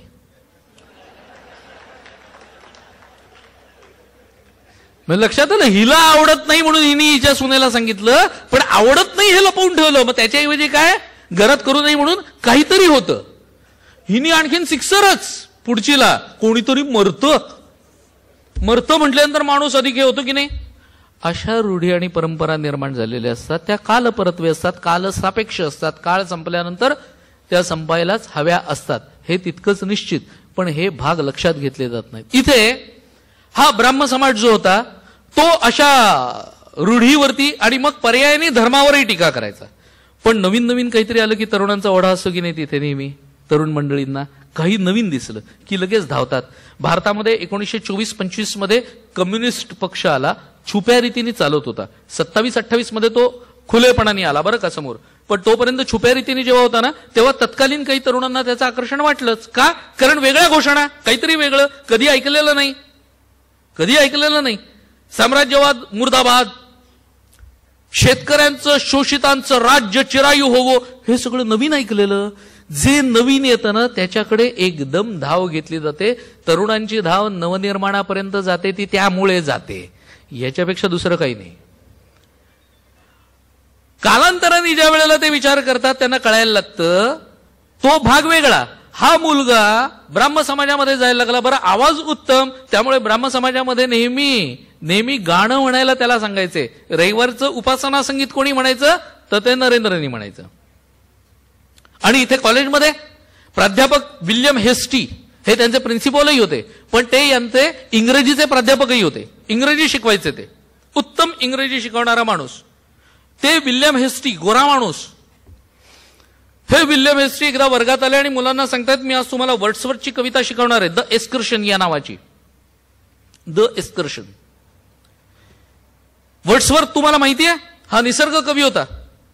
निसर्ग कवी ज्या वेळेला निसर्गाच्या बरोबर तादात्म्य पावतो, एकरूप होतो निसर्गाच्या बरोबर, त्यावेळेला इतकी अप्रतिम कविता निर्माण वगैरे वगैरे वगैरे त्यांनी सांगितलं. आपल्याला काही ते ऐकण्याची गरज नाही, कारण आपल्याकडे निसर्ग कवी होऊन गेलेत, खूप चांगले चांगले होऊन गेलेत.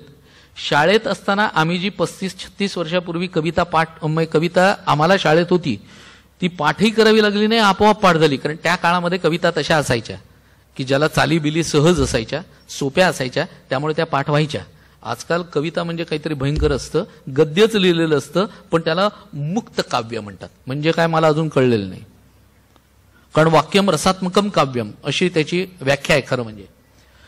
तर इथे आम्ही नुसतं डोळे बंद करून जर म्हणायला लागलो ना तर मूर्तिमंत श्रावण आमच्या डोळ्यापुढे उभा राहतो. श्रावण मासी हर्ष मानसी हिरवळ दाटे चोहीकडे, क्षणात येते सरसर शिरवे, क्षणात फिरुनी ऊन पडे, वरती बघता इंद्रधनुचा गोफ दुहेरी विणलासे, मंगल तोरण काय बांधिले नभो मंडपी कुणी भासे, झाला सा सूर्यास्त वाटतो सांज आहा तो उघडे, तरु शिखरांवर उंच घरांवर पिवळे पिवळे ऊन पडे, उठती वरती जलदावरती अनंत संध्या राग पहा, सर्व नभावर होय रेखिले सुंदरतेचे रूप महा. आणखीन मोठी कविता श्रावण मास, बालकवींची कविता.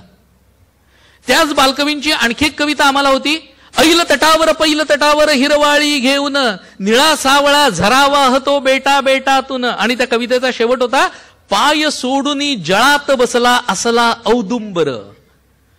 कविता वाचता वाचता ती सगळे जागा, ते सगळं गाव आणि तो झरा कसा वाहत असेल, मूर्तिमंत डोळ्यासमोर उभं राहतो. असे निसर्ग कवी आपल्याकडे होते. त्यामुळे आपल्याला काही वावगं वाटत नाही. पण हा माणूस त्याच्या पुढे या मुलांना सांगतोय की अरे हे निसर्गाच्या बरोबर तादात्म्य पावणं वगैरे तुम्हाला कळणार नाही, ते तुमचं वय नाही. पण जर हे तादात्म्य पावणं म्हणजे काय हे तुम्हाला समजून घ्यायचं असेल तर फक्त एकच करा, आणि ते म्हणजे जरा दक्षिणेश्वराला जा.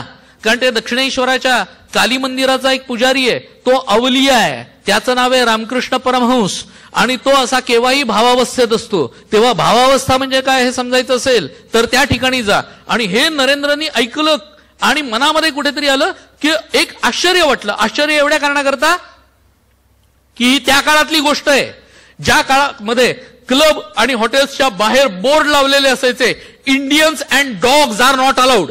त्या काळामध्ये एक गोरा माणूस एका काळ्या माणसाबद्दल आदराने बोलतोय, म्हणून आश्चर्य वाटलं की आपण कधीतरी रामकृष्णांना भेटायला पाहिजे याचा अर्थ.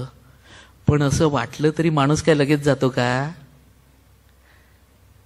पुस्तक एखादं वाचल्यानंतर एखाद्या लेखकाचं आवडलं की आपण ठरवतो अरे याला पत्र लिहायचं बरं का. लिहितो का लगेच? नाही. नंतर कधीतरी 8-10 वर्षांनी तो लेखक भेटला ना की आपण त्याला सांगतो, मला तर असे खूप जण सांगतात तुमचं ते हे पुस्तक वाचलं होतं बरं का, आम्ही एवढं आवडलं काश्मीर नामा वाचून तर मूर्तिमंत काश्मीर एकदम तुम्ही डोळ्यापुढे उभा केलात. त्याची जी आताची भयावह परिस्थिती आहे ती सगळी तुम्ही डोळ्यासमोर उभी केलीत. आणि इतकं आवडलं ते पुस्तक. म्हटलं बरं मग एखादं पत्र पाठवायचं ना. हा तेच म्हणे त्यावेळेला ठरवलं होतं. बरं झालं आत्ता भेटलात ते. म्हणजे यांनी वाचले 8 वर्षापूर्वी आणि म्हणतो आत्ता भेटलात ते बरं झालं. म्हणजे केव्हा एकदम समोर आलात म्हणून बरं झालं. नाही तर अजून काही केलंच नसतं. त्यामुळे मी साधारणपणे ठरवलेलं असं की आपल्याला एक पत्र आलं ना पुस्तक आवडल्याचं की 1000 लोकांची पत्र आली असं समजायचं. कारण एका वाचकाच्या पाठीमागे 999 वाचक असतात ज्यांना पाठवायचं असतं पण बिचारे असे विसरून जातात. हे होतच. मनात आलंय पण हा काही उठून गेला नाही या रामकृष्णांना भेटायला. दिवसेंदिवस जात आहेत. आता वय असं आहे की हे पौगंडावस्थेतलं वय आहे. पौगंडावस्था मोठी विचित्र असते आपल्याला माहितीये. 17 ते 22-23 या वयोगटापर्यंत साधारणपणे जी मुलं असतात तरुण लोक जे असतात त्यांचा कल नास्तिकतेकडे झुकलेला असतो. मग पुढे हळूहळू अभ्यास वगैरे करतात. व्यवहारामध्ये रोजच्या जीवनामध्ये टक्के टोणपे वगैरे जेव्हा खायला लागतात तेव्हा ते आस्तिकतेकडे आपोआप झुकायला लागतात. साधारणपणे वयाच्या 40-45व्या वर्षापर्यंत माणूस पूर्णपणे आस्तिक झालेला असतो. नाहीतर नास्तिकतेमुळे काय होतं त्याचं फक्त एक उदाहरण सांगतो. नास्तिक माणसांनी लिहिलेलं आहे मनोहर तरी सुनीताबाई देशपांड्यांचं पुस्तक आहे. त्या पुस्तकामध्ये ते असं म्हणतात की मी नास्तिक आहे पण मला आस्तिक लोकांचं एक बरं वाटतं की ते त्यांच्यावरती कितीही संकट आली तरी सुद्धा श्रद्धा आणि विश्वास या 2 गोष्टींवरती तरुण जातात. आमच्यासारखे नास्तिक एकतर आस्तिक होऊ शकत नाहीत. मग आमच्या पुढे पर्याय काय उरलेला असतो. टोकाचं वेळ लागणं एवढाच पर्याय उरलेला असतो. किती प्रामाणिकपणे लिहिलंय बघा. आता मला सांगा काय होणं चांगलं. नास्तिक का आस्तिक. आपल्याला उत्तर मिळतं. कोणाला आवडेल टोकाचं वेळ लागणं. त्यापेक्षा आस्तिक होणं केव्हाही चांगलं ना. पण एका ठिकाणी हे सांगितल्यानंतर एक माणूस आला नंतर मला म्हणाला मी आता 50 वर्षाचा आहे. म्हटलं बरं मग. पण म्हणाला मी आस्तिक नाहीये. तुम्ही असं सांगितलंच कसं. म्हटलं मी माणसांबद्दल बोललो तुमच्याबद्दल नाही. ज्याला याच्यामधला अर्थ कळून घ्यायचा नाही ना फक्त शब्दांमध्ये जे जातात ना त्यांना आणखी काय उत्तर देणार मला सांगा.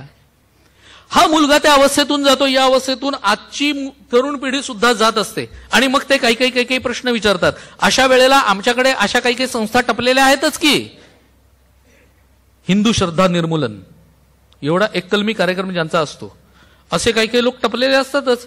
ते अशा मुलांचे कुठेतरी वर्ग घेत असतात. मग हे काहीतरी त्या अर्ध्या हळकुंडाने पिवळे झालेले असतात. मग ते कुठेतरी आम्हाला विचारायला येतात व्याख्यान वगैरे झाल्यानंतर बरं का देव आहे तर मग तो दिसत का नाही. सोपं असं. मी तर आणि एकाने तर मला विचारलं अहो विज्ञान कुठे प्रगती करताय ते तुम्ही पाहिलं का. इतकं विज्ञान जर प्रगती करतं तर तुम्ही हे देव धर्म वगैरे सगळे बुरसटलेले विचार कुठे घेऊन बसलात. मी म्हटलं तुला एक गोष्ट माहितीये का. माहित नसेल तर सांगतो. तो म्हणाला काय. म्हटलं जो विज्ञान प्रगती करतय ना तो आमच्या पथ्यावर आहे. कारण विज्ञानाची जेवढी प्रगती होती ना तेवढं अध्यात्म सिद्ध करता येतं लक्षात ठेवा. आणि वैज्ञानिक भाषेत सिद्ध करता येतं. मग तो मला म्हणाला नाही टाळ्यांचं बोलतो आणखी पुढे कसं ते. मग तो मला म्हणाला की मग तुम्ही लोक म्हणता देव आहे जर तो आहे तर मग दिसत का नाही. शाबास म्हणलं चांगलंय. तुम्ही म्हणता ना जे आहे ते दिसायला पाहिजे ना. मग जर देव आहे तर मग तो दिसत का नाही. म्हटलं बरं. याचं उत्तर देण्यापूर्वी म्हटलं फक्त एक प्रश्न विचारतो. हे यंत्र असतं बहुतेकांच्या खिशात आजकाल. हे काम कसं करतं असं जर विचारलं तर हे वापरणाऱ्यांना तरी सांगता येतं का. वापरणाऱ्या 98% लोकांना सांगता येत नाही हे काम कसं करतं लक्षात ठेवा. आणि जे कोणी सांगतात ते काय सांगतात माहितीये. मी फक्त एवढाच प्रश्न विचारला मी याच्यावर बटणं दाबली किंवा आता तर टच स्क्रीन त्यामुळे बोटं फिरवली म्हणा तरी सुद्धा पलीकडे त्या वेळेलाच रिंग वाजायला लागते. पलीकडच्याला ऐकू येतं मी काय बोलतोय ते. मध्ये वायर नाही काही नाही वायरलेस इन्स्ट्रुमेंट. तो म्हटलं हे ऐकू कसं जातं ते मला सांग. तो म्हणाला बिकॉज ऑफ मॅग्नेटिक फील्ड. हा उत्तर नीट देता आलं नाही ना की इंग्रजीत बोलायचं बरं का. मग आपण कोणीतरी शहाणे आहोत असं वाटायला लागतं समोरच्याला. म्हटलं बरं मॅग्नेटिक फील्ड म्हणजे काय. तो म्हणाला काय आहे ह्याच्या भोवती मॅग्नेटिक फील्ड असतं ते मॅग्नेटिक वेव्हज पाठवतं. ते इथून जो प्रमुख टॉवर आहे ना इथला, तिथे ती रेंज जाते. त्या टॉवर मधून तुम्ही जिथे फोन केलायत ना त्या टॉवरला मेसेज जातो. मग त्या एरियामधला जो मुख्य टॉवर आहे ना त्याच्यामधून ते परत मॅग्नेटिक वेव्ह त्या मोबाईल पर्यंत पोहोचत. हे म्हटलं एवढं सगळं सांगू नको, जातं म्हटल्यावर वेळ लागतो की नाही. मला एवढंच माहितीये, मी इथे बटणं दाबल्याबरोबर तिथे रिंग वाजायला लागते. ती कशी ते सांग. तो म्हणाला उत्तर तेच, it is because of magnetic wave. बरं, ओके, मॅग्नेटिक वेव्ह तर वेव्ह त्या आहेत कुठे ते दाखव. नाही म्हणाला, त्या अशा दाखवता येत नाहीत. कमाल आहे, जे आहे ते दिसायला पाहिजे असं म्हटलं. आधीचं तुझंच वाक्य होतं, आता तूच सांगतोयस मॅग्नेटिक वेव्ह असतात पण दिसत नाहीत. अरे देवाबद्दल तुम्ही काहीही करायचं नाही आणि तो असला तर दिसायला पाहिजे असं म्हणायचं. हा खोटेपणा नाहीये का? काहीतरी करा की त्याच्यासाठी. हे म्हणाला म्हणजे तुम्ही सायन्सच्याच परिभाषेत उत्तर देता. म्हटलं अर्थात, कारण तुम्हाला तुमच्या परिभाषेतलं लगेच कळतं ना. म्हटलं आणखी एक चमत्कार तुम्हाला माहितीये का? तो चमत्कार आम्ही शाळेपासून शिकतो पण आम्हाला कधी वाटतच नाही तो चमत्कार आहे. तो म्हणाला कुठचा? म्हटलं हायड्रोजन हा वायू काय काम करतो रे. म्हटलं तो ज्वलनशील वायू असतो ना, हायड्रोजन हा ज्वलनशील वायू आपण शिकलोय शाळेत. आणि ऑक्सिजन हा काय करतो, तर तो जळणाला मदत करतो ना. ऑक्सिजन जळणाला मदत करतो आणि हायड्रोजन हा ज्वलनशील वायू. मग या दोघांच्या संयोगातून जे तयार होतं ते विझवणारं पाणी कसं तयार होतं? H2O म्हणजे पाणी ना. हायड्रोजन अधिक ऑक्सिजन बरोबर पाणी. मग या दोनाच्या संयोगातून जे तयार होतं ते अधिक ज्वलनशील पाहिजे. ते तर मात्र म्हटलं विझवणारं होतं. का? म्हणाला ते ऍक्च्युली नीट माहिती नाही. म्हटलं कसं माहिती असेल? कारण तू केमिस्ट्रीमध्ये शिकलास H2O म्हणजे पाणी. त्याला का विचारत नाही तुम्ही? आपण विचारलं होतं का शाळेत कधी? आपण शिकलो H2O म्हणजे पाणी. हे असं का, असं कधी विचारलंय नाही. पण देव आहे असं कोणी म्हटलं की का, कुठे दाखवा. हे होतं म्हटलं. म्हणून माझं म्हणणं असं की सायन्स जितकं प्रगत होतं ना तितकं आम्हाला अध्यात्म, देव या गोष्टी सिद्ध करणं अधिक सोपं झालंय. लक्षात ठेवा. फक्त ती उत्तरं यायला हवीत चटकन आतून, एवढंच महत्वाचं. इथे ह्याला प्रश्न पडलेला देव आहे का विचारायचा कोणाला? त्या वयात पडतोच देव आहे का. मग जो भगवे कपडे घातलेला दिसेल त्याला हा विचारायचा देव आहे का. तो समोरचा सांगायचा हो आहे. कुठे आहे? तुम्ही पाहिलाय का? नाही बाबा मी नाही पाहिलं. मग काय उपयोग? परत दुसऱ्याला देव आहे का? हो आहे. तुम्ही पाहिलाय? नाही. नाही म्हटल्यावर प्रश्न आणखीन. मग आहे असं कसं म्हणता? शेवटी विचार केला ब्राह्मण समाजातल्या प्रमुखालाच विचारू ना. देवेंद्रनाथ ठाकूर प्रमुख. ठाकूर हे बरोबर नाव बरं का. टागोर हे चुकीचं नाव. रवींद्रनाथ टॅगोर आपण म्हणतो. टॅगोर हे ब्रिटिशांनी दिलेलं आहे. मुळातलं आडनाव ठाकूर. ते सगळे बोबडे लोक, त्यांना आपल्याकडची नावं नीट घेता येत नव्हती म्हणून ते चट्टोपाध्यायचं चॅटर्जी करून टाकलं, बंदोपाध्यायचं बॅनर्जी करून टाकलं, वसूचं बोस करून टाकलं, कारण ते बोबडे. त्यामुळे पण म्हणून आपण तशीच नाव बोलायला पाहिजे तसं मुळीच नाही. तेव्हा इथे देवेंद्रनाथांच्याकडे गेला. देवेंद्रनाथांना विचारलं ठाकूर देव आहे का हो? ते हसले आणि म्हणाले काय आहे नरेंद्र, तुझे डोळेत ना ते एखाद्या योग्यासारखे आहेत बरं का. म्हणाले रोज ध्यानधारणा वगैरे कर म्हणजे तुझी प्रगती होईल. विचारलेल्या प्रश्नाचं हे उत्तर आहे का? प्रश्न काय विचारलाय? देव आहे का? उत्तर दिलं भलतंच. म्हणजे यांना नेमकं माहिती नाही. जेव्हा माहित नसतं तेव्हाच माणूस वेगळं काहीतरी देतो ना उत्तर. त्यामुळे यांनी विचार केला यांना म्हणजे नीटचं माहिती नाहीये. मग आता यांना विचारून काय उपयोग? आला परत. आणि मग एक दिवस असं झालं की याच्या जवळच राहणारे सुरेंद्रनाथ मित्रा या नावाचे एक गृहस्थ होते. त्यांच्याकडे ठाकूर येणार होते. आता यांचं आडनाव ठाकूर नाही पण रामकृष्णांना ठाकूर म्हणायचे का? कारण बंगाली भाषेमध्ये ठाकूर हे देवाला किंवा महात्म्यांना म्हटलं जातं. त्यामुळे यांना ठाकूर म्हटलं जायचं. रामकृष्ण आले आणि रामकृष्ण येणार म्हणून सुरेंद्रनाथांनी नरेंद्रला विचारलं तू आमच्याकडे येऊन काही गाणं म्हणशील का? गाणी म्हणशील का? कारण ठाकूर यायचेत आणि भजनं त्यांना आवडतात आणि तू भजन उत्तम म्हणतोस. रामकृष्ण यायचेत. पहिल्यांदा बघणार होता रामकृष्णांना. येतो की म्हणाला. आणि हा गेला तिकडे. रामकृष्ण आले आणि बसले. यांनी गायला सुरुवात केली. एक भजन यांनी म्हटलं आणि थांबला. भजन संपल्यावर रामकृष्ण त्याच अवस्थेत म्हणाले अरे थांबलास का? अजून म्हण, अजून म्हण. यांनी परत दुसरं भजन चालू केलं. मग रामकृष्णांनी त्याला जवळ बोलवलं, त्यांच्या पद्धतीप्रमाणे असे त्याचे हात चाचपून पाहिले आणि मग म्हणाले, अरे होतास कुठे इतके दिवस? तुलाच तर शोधतोय मी. दक्षिणेश्वराला ये. हा म्हणाला, बरं येईन. कधी येशील? हे उत्तर देणं कठीण असतं. रस्त्यात दोन मित्र भेटल्यानंतर आपले कॅज्युअल बोलतात हो, आणि म्हणा ये रे एक दिवस घरी ये, की तोही म्हणतो बरं येऊन जाईन की. कधी येशील असं कोणी विचारतं का? चटकन असं विचारत नाहीत. ह्याच्या पलीकडे आणखीन माझा एक पुण्याचा मित्र आहे. एकदा त्याच्याकडे गेलो दुपारी, सगळे जेवायला बसलेले होते, बोलत बसलो आणि मग निघालो. निघताना त्यांनी मला सांगितलं, अरे एकदा जेवायला ये की. आता आलोय की. हे फक्त पुण्यात होऊ शकतं, विदर्भात कुठेही हा अनुभव येत नाही. हे मी चंद्रपुरात उभा आहे म्हणून बोलत नाही. मला विदर्भाबद्दल प्रेम आणि आदर हा दोन्ही गोष्टी आहेत. त्याला कारण आहे की मला विदर्भाचे दोनच जावई माहिती आहेत, एक भगवान श्रीकृष्ण, दुसरा मी. कारण बायको अकोल्याची आहे, त्यामुळे मी विदर्भाचा जावई आहे. कौतुक आणि आदर असायलाच पाहिजे ना. सकाळ संध्याकाळ जेवायला घालते. अर्थात यातला विनोदाचा भाग सोडून द्या. ते विचारतायत कधी येशील? तो म्हणाला येईन ना कधीतरी, असं म्हणून त्याने हात सोडवून घेतला. आणि मग हा विचार करतोय की हा एवढा मोठा माणूस आहे, म्हणतात काय विचित्र आहे की असं विचारतोय दक्षिणेश्वरी कधी येशील वगैरे. जाऊ आपण कधीतरी तर जाऊ. आणि मग महिन्याभराने हा दक्षिणेश्वरी गेला.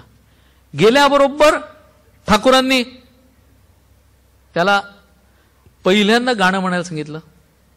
मन चलो निज निकेतने हे गाणं त्यांनी म्हटलं. गाणं ऐकता ऐकता ठाकूर भाव विभोर झाले, भावावस्थेत गेलेच. गाणं संपल्याबरोबर परत म्हणायला लावलं आणखी एक, तेही त्यांनी म्हटलं. मग ठाकूरांनी त्याला जवळ बोलवलं, हाताला धरलं आणि दरादरा ओढत पडवीच्या दुसऱ्या टोकाला घेऊन गेले. हातावर लोणी आणि साखर ठेवलंय आणि म्हणाले हे खा. तो म्हणाला अहो पण माझे मित्र बसले तिथे. ते म्हणाले त्यांना मिळेल दुसरी मिठाई, हे खा. पण मग नंतर खाल्लं तर आत्ता खा, माझ्या समोर खा. मग यांनी खाल्लं. मोठी माणसं, संत महंत एखादी गोष्ट जेव्हा सांगतात त्यावेळेला ती करायची असते. हे एवढ्या कारणाकरता सांगितलं की मी स्वतः माझा व्यक्तिगत अनुभव मुद्दाम सांगतो की मी यातून गेलोय. माझे सद्गुरू मगाशी सांगितलं ब्रह्मलीन परमपूज्य वरदानंद भारती, त्यांनी 1999 मध्ये मला सांगितलं होतं की तुझं काश्मीरवरती पुस्तक यायला पाहिजे. पण म्हणाले एक गोष्ट लक्षात ठेव, काश्मीरमध्ये उतरायचं आणि मगच लिहायचं. आता ही आज्ञा गुरूंची. 2002 मध्ये त्यांनी समाधी घेतली. तोपर्यंत मला काश्मीरमध्ये उतरायची संधी मिळाली नव्हती. मी 99 पासून त्यांनी सांगितलं म्हटल्यानंतर काश्मीरचा अभ्यास चालू केला. मला काश्मीरमध्ये उतरायची संधी मिळाली 2003 मध्ये. आता मी जर विचार केला असता की ज्यांनी सांगितलं ते कुठे आहेत, शरीर रूपाने ते कुठे उरलेत, मग कशाला करायचं एवढं सगळं? ज्यांनी सांगितलं तेच जर नाही आहेत तर. पण तर काय झालं असतं ते फक्त आपल्याला सांगतो. 2003 मध्ये काश्मीरमध्ये उतरलो. काश्मीर भरपूर पायी तुडवला. म्हणजे मी काश्मीर जेवढा तुडवला पायी तेवढा तुडवणारा माणूस अजून मला भेटायचा आहे. एवढा तुडवला. अतिरेक्यांच्या भेटी घेतल्या, त्यांच्या मुलाखती केल्या. मग जम्मूला आलो. जम्मूमध्ये संघाचं कार्यालय वीर भवन, तिथे राहिलो. मुठ्ठी, अखनूर वगैरे यासारख्या ठिकाणी पंडितांची शिबिर आहेत, निर्वासित पंडितांची शिबिर आहेत. आपण पंडित म्हणजे ब्राह्मण असं समजतो बरं का. काश्मीरमध्ये पंडित म्हणजे ब्राह्मण नाही. रेस्ट ऑफ इंडियन्ससाठी त्यांची आयडेंटिटी ती पंडित ही. त्यांना आपापल्या जाती माहिती असतात, आमच्याकडेच आम्हाला माहिती नसतं. म्हणून आम्ही काश्मीरी पंडित म्हणजे काश्मीरी ब्राह्मण असं समजतो. पण तसं नाहीये. त्यांच्याकडे फिरलो, त्यांच्यात बसून जेवलो, त्यांची सुखदुःख समजून घेतली. आणि मग परत आल्यानंतर मी काश्मीर नामा हे माझं पुस्तक लिहिलं. आणि त्या पुस्तकावरती मला माझ्या स्वप्नात सुद्धा नव्हतं, तर त्या पुस्तकावरती मला ओपन इंटरनॅशनल युनिव्हर्सिटीने डॉक्टरेट दिली. नुसती डॉक्टरेट दिली नाही तर माझा प्रबंध 198 देशांमध्ये गेला.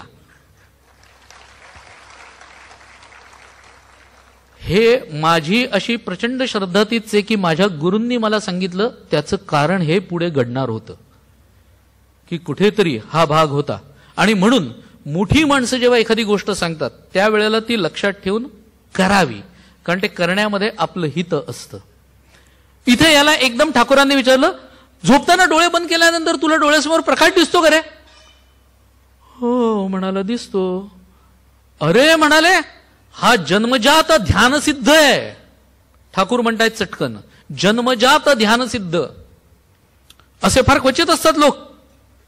ह्याला वाटायचं की सगळ्यांना डोळे बंद केल्यानंतर प्रकाश दिसतो, त्यामुळे ह्यांनी कधी कोणाला विचारलेलं नाही. मोठी माणसं अशीच असतात, ती काहीतरी वेगळेपण जे आहे ते बरोबर हुडकून काढतात. आणि बरोबर ठाकूरांनी तो प्रश्न विचारला त्याला. आणि मग हा जायला निघाला. ठाकूर परत त्याला विचारतायत, आता परत कधी येशील? हो येईन म्हणाला. येईन. महिन्याभराने परत गेलाय दक्षिणेश्वराला. दक्षिणेश्वराला गेला आणि तिथे बसलाय, ठाकूरांशी बोलतोय. बोलता बोलता ठाकूरांनी आपला पाय सहजपणे त्याच्या छातीला लावला. मात्र लक्षात घ्या, हा बुद्धिवादी आहे, चिकित्सक आहे. छातीला पाय लागल्याबरोबर याला अख्खी खोली गरागरा फिरते असं दिसायला लागलं. ठाकूरही फिरतायत. सगळं एका खोल विवरामध्ये, गुहेमध्ये जाऊन अदृश्य होतंय असं दिसायला लागलं. एकदम भोवणल्यागत झालं आणि मग जोरात ओरडला की अहो हे काय करताय काय? मला घरी आई वडील आहेत, बहीण भावंड आहेत. तेव्हा ठाकूरांनी हलके हलके त्याची छाती थोपटली आणि मग हा जागा झाला. घरी जाईपर्यंत विचार काय करतोय माहितीये? हा हिप्नोटिझमचा प्रकार होता काय? मग विचार केला आता परत ठाकूरांच्याकडे जायचं, ते आपल्यावरती संमोहनाचा कुठचाही प्रयोग होणार नाही असं आपल्या मनाला बजावत.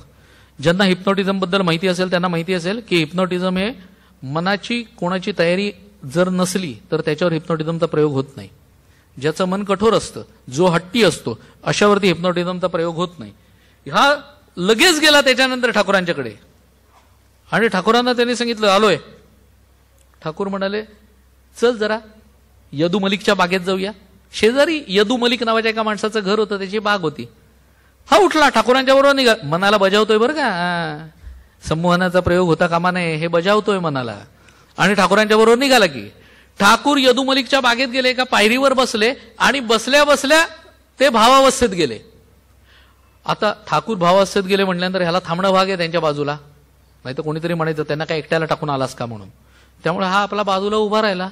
त्या भावावस्थेमध्ये ठाकूर असतानाच ठाकूरांच्या नुसत्या हाताचा स्पर्श झाला. मात्र एकदम सगळ्या अंगात वीज सळसळावीत असं झालं आणि हाचा पुतळा झाला.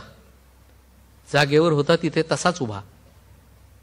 मग थोड्या वेळाने ठाकूरांनी थोपटल्यानंतर हा भानावर आला.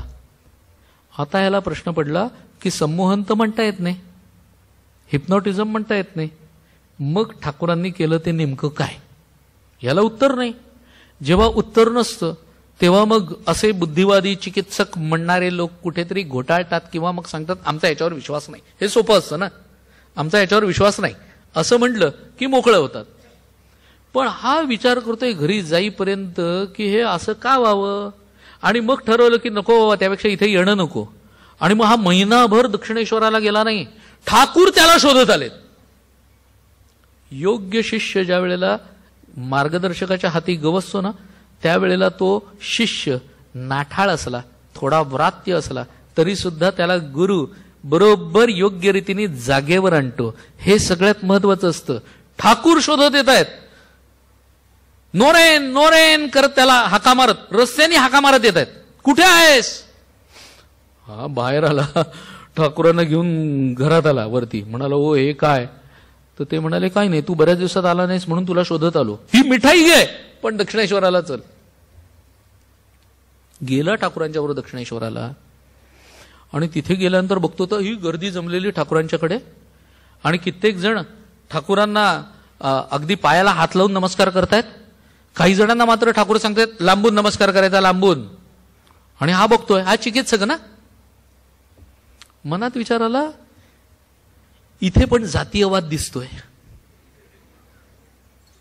पण ठाकूर काही जणांना पायाला हात लावू देत आहेत, काही जणांना सांगतात लांबून नमस्कार करा. बरं, काही जणांनी दिलेला प्रसाद हातात घेत आहेत, काही जणांना सांगतायत तिथे ठेवा म्हणून. मी एकाला विचारलं हे असं का? तो म्हणाला नवीनात वाटतं. हो म्हणलं. मग म्हणाल जरा नीट बघा, जो माणूस खोटं वागणारा असतो, जो अपेय पान किंवा अभक्ष भक्षण करून आलेला माणूस असतो, तो ठाकूरांना लगेच कळतो आणि त्याचा जर स्पर्श पायाला झाला तर ठाकूरांना प्रचंड वेदना होतात. ही एक गोष्ट. त्यामुळे ते सगळ्यांना पायाला हात लावून नमस्कार करू देत नाहीत. हे जेव्हा मी वाचलं ना, तेव्हा मला असा प्रश्न पडला की समजा ठाकूर आज असते तर.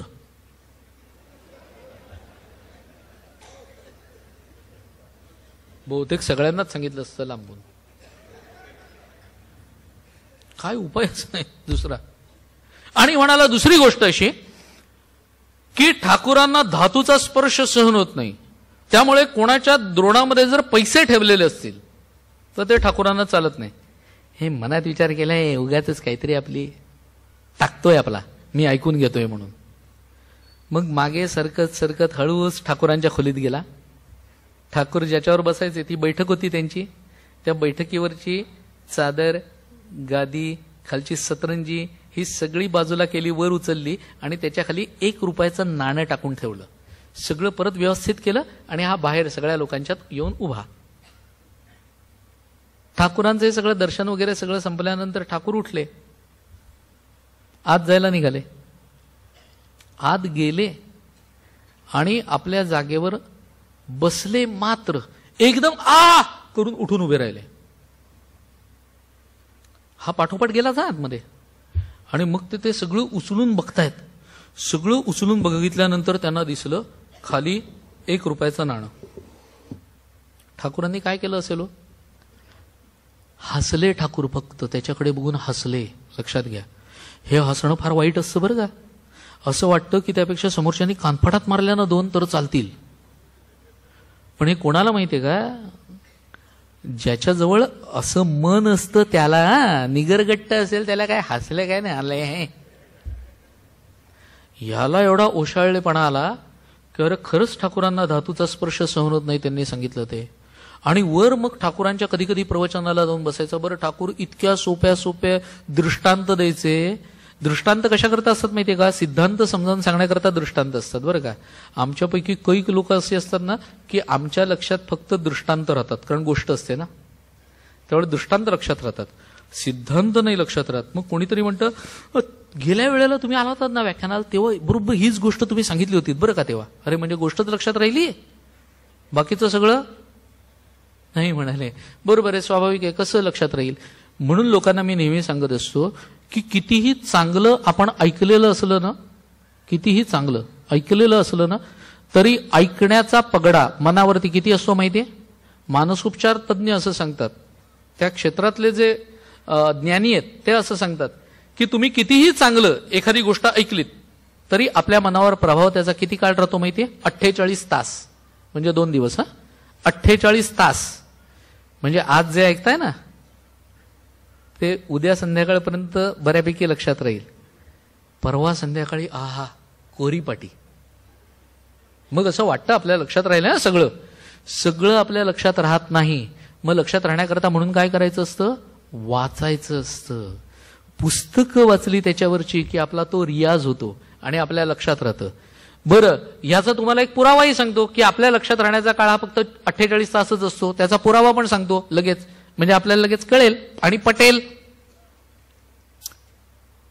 म्हणूनच मतदानापूर्वी 48 तास निवडणुकीचा प्रचार बंद केला जातो. त्याचं कारण ते आहे. अर्थात आता सगळ्याच पक्षांना त्यातली हे माहिती आहे, त्या 48 तासामध्ये काय काय करायचं असतं हे बरोबर कळतं. ती गोष्ट वेगळी, त्यात मी पडत नाही. पण कायद्यानुसार 48 तास आधी प्रचार थांबवला जातो. तो केवळ त्या कारणाकरता, म्हणजे लोकांनी कुठचंही मत किंवा प्रभाव हा डोक्यात घेऊन जाऊ नये मतदान करण्याकरता, असा सगळा त्याच्या मागचा भाग असतो. इथे ठाकूर इतक्या सोप्या सोप्या रीतीने सांगायचे ना, म्हणायचे सात्विकता म्हणजे खुळेपणा नाही. माझ्या देवदेश आणि धर्माच्या बद्दल कुणी उठून काय वाटेल ते बोलेल, आपल्याकडे आपण सोयीस्कर रीतीने सात्विकतेचा आणि सहिष्णुतेचा एक बुरखा पांघरलेला असतो, कारण तो आम्हाला सोयीचा असतो. या कारणाकरता आम्ही साधं वर्तमानपत्रात एक 50 पैशाचं पोस्टकार्ड सुद्धा टाकत नाही आणि आपली प्रतिक्रिया नोंदवत नाही. ही आमची अवस्था असते. याला कोण काय करणार? 2 सैनिकांची शिरं कापून नेली जातात. आम्ही फक्त इथे हे फार वाईट झालं असं एकमेकात बोलतो किंवा चहा पिता पिता त्याच्याबद्दल बोलतो. याच्याबद्दलचा निषेध आम्ही 50 पैशाचं एक पोस्टकार्ड आमच्या राष्ट्रपती आणि पंतप्रधानांच्या नावाने पाठवू शकतो की नाही आणि करू शकतो की नाही? आम आदमी म्हणून आपले काही राईट्स आहेत की नाही हे आपण करू शकतो. पण हेही करत नाही. अहो, इतकं एका ठिकाणी सांगितल्यानंतर एका माणसाने मला विचारलं, पंतप्रधानांचा पत्ता माहिती नाही. याला एवढंही माहिती नाही की बरं शिकलेला माणूस, पंतप्रधान आणि राष्ट्रपतींचा पत्ता लागत नाही आपल्या देशामध्ये. फक्त त्यांचं नाव आणि नवी दिल्ली एवढं टाकलं तरी पत्र जातं. मग एकाने विचारलं, पण आपण असं केल्याने काही होणार आहे का? हा, आमचे हेच 2 प्रश्न, 2 मंत्र आमचे झालेत की मी केल्याने काही होणार नाही आणि दुसरं मला काय त्याचं, माझं घर माझा संसार हा व्यवस्थित चाललाय ना, मग मला काय त्याचं, आणि मी केल्याने जग बदलणार नाही. विश्वास असा पाहिजे की मीच केल्याने बदल होणार आहे. लक्षात ठेवा, चॅरिटी बिगिन्स ॲट होम. बदल झाला तर मीच केल्याने होईल, अन्यथा होणार नाही. पण आम्ही एक सात्विकतेचा बुरखा पांघरून घेतलेला असतो. चाणक्य नावाची एक सिरियल चालू होती, आपल्याला माहिती असेल. त्याच्यातला एक अप्रतिम डायलॉग चाणक्यच्या तोंडचा होता. तो मी नेहमी सांगतो की दुर्जनों की उद्दंडता का भय हमें नहीं है, हमें तो भय है सज्जनों की निष्क्रियता का. हे आम्ही लक्षात ठेवायला पाहिजे की सज्जन समाजामध्ये सगळ्यात जास्त संख्येने सज्जन आहेत. लक्षात ठेवा, दुर्जन जास्त नाहीयेत. गल्लीत दादा एखादाच असतो, अख्खी गल्ली का त्याला घाबरते? तो एकटा आहे आणि अख्खी गल्ली आहे ना, मग का घाबरते? आम्ही विरोध करत नाही, कारण आम्ही विचार असा करतो की तो रस्त्यावर उतरला म्हणून काय मी उतरायचं का? होय, मी उतरायलाच पाहिजे. खटासी असावे खट, उद्धटासी उद्धट, खटनटासी खटनट व्हावे तैसे. रामकृष्ण सांगतात सात्विकपणा म्हणजे खोळेपणा नाही. एकदा काय झालं म्हणाले, 2 गावं होती, त्यांना मध्ये जोडणारा एक मार्ग होता, छानपैकी महामार्ग होता. आणि त्या महामार्गाला त्या मार्गावरती एक भयानक साप आला एकदा, आणि तो येणाऱ्या जाणाऱ्याला दंश करायचा, माणूस मरायचा. हळूहळू हळूहळू त्या दोन्ही गावांमधलं येणं जाणं बंद झालं, दळणवळण बंद झालं, कोणी त्या रस्त्यावरून जाईना, रस्त्याची दुर्दशा व्हायला लागली. ती तशीही होते, ती गोष्ट वेगळी, पण ती दुर्दशा व्हायला लागली. आणि मग एक दिवस एक साधू आला एका गावात. सगळे लोक गेले साधू म्हटल्यानंतर, आणि त्याला सांगितलं की महाराज जरा एवढं आमचं संकटाचं निवारण करा की मार्गावरती एक भयानक साप आहे आणि तो येणाऱ्या जाणाऱ्याला दंश करतोय, तुम्हीच काहीतरी केलं तर उपयोग होईल. नाही तर म्हणाले त्या गावातल्या आणि आमचं काही संपर्कच नाही राहिलेला. ते बरं म्हणा, साधू आहे तो शेवटी. त्यामुळे तो गेला, त्या मार्गावरून जायला लागला. आला की साधूला पाहिल्यानंतर नम्र झाला. साधूने त्याला सांगितलं, बाळा आजपासून लोकांना दंश करणं सोड रे. तोही बरं म्हणाला. साधू निघून गेला. दोन्ही गावांमध्ये आनंदी आनंद झाला, येणं जाणं चालू झालं. त्याच्यानंतर 2-3 महिन्यांनी साधू परत आला. तो त्या गावातून या गावात यायला निघाला, तोच रस्ता. त्या रस्त्यातून जायला लागलेला असताना त्याला कण्ण्याचा आवाज ऐकू आला.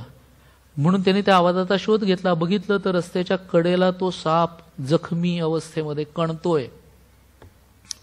साधूबाने विचारलं, काय रे बाबा? म्हणाले, काय झालं तुला? तर तो म्हणाला, तुमच्यामुळे झालं. ते म्हणाले, माझ्यामुळे कसं? मग म्हणाले, तुम्हीच सांगितलं ना लोकांना दंश करू नको म्हणून. मी सोडलं. मग काय, लोक येता जाता मला खडे मारायला लागले. मग हळूहळू त्यांना कळायला लागलं मी काहीच करत नाहीये. मग पोरं टोरं म्हणाला, काड्या टोचायला लागली की माझी अवस्था वाईट झाली. ही सगळी तुमच्यामुळे झाली. ते म्हणाले, बाळा एक तर तू सोयीस्कर अर्थ घेतोयस, दुसरी गोष्ट सात्विकता म्हणजे खुळेपणा नाही हे तू विसरलास. अरे म्हणाले, मी तुला दंश करू नकोस म्हणून सांगितलं होतं, पण जर तुला कोणी त्रास द्यायला येत असेल तर फुटकार टाकू नकोस असं सांगितलं होतं का? त्याला घाबरवायचंस, फुटकार टाकून अंगावर जायचंस, माणूस घाबरला असता की नाही? तुझ्या वाटेला गेला असता का? तू सोयीस्कर अर्थ घेतलास. दंश करायचा नाही म्हणजे काहीच करायचं नाही. आम्ही आपले निषेध खलिता क्रमांक 151 152 शेजारच्या राष्ट्राकडे पाठवलेला आहे. त्यांच्या दूतावासातल्या अधिकाऱ्याला बोलवून कडक समज दिलेली आहे. म्हणजे काय असतं मला अजून कळलेलं नाही. आम्ही पेपरमध्ये असं वाचतो खरं, पण एकदा चपराक अशी बसायला पाहिजे की जमलंच तर वायुसेनेच्या अधिकाऱ्यांनी जे सांगितलं ना ते खरं व्हायला पाहिजे आणि जगाच्या नकाशावरून पाकिस्तान नाहीसा व्हायला पाहिजे, तर उपयोग आहे. अन्यथा या कुरापती निघत राहतील, घुसखोरी होत राहील, बॉम्बस्फोट होत राहतील, आमच्या देशामधले आमचे देशबांधव हकनाक मारले जातील आणि आम्ही पाठवणार निषेध खलिता क्रमांक. ही अवस्था आहे. ते सांगतात फुतकार टाकायचास.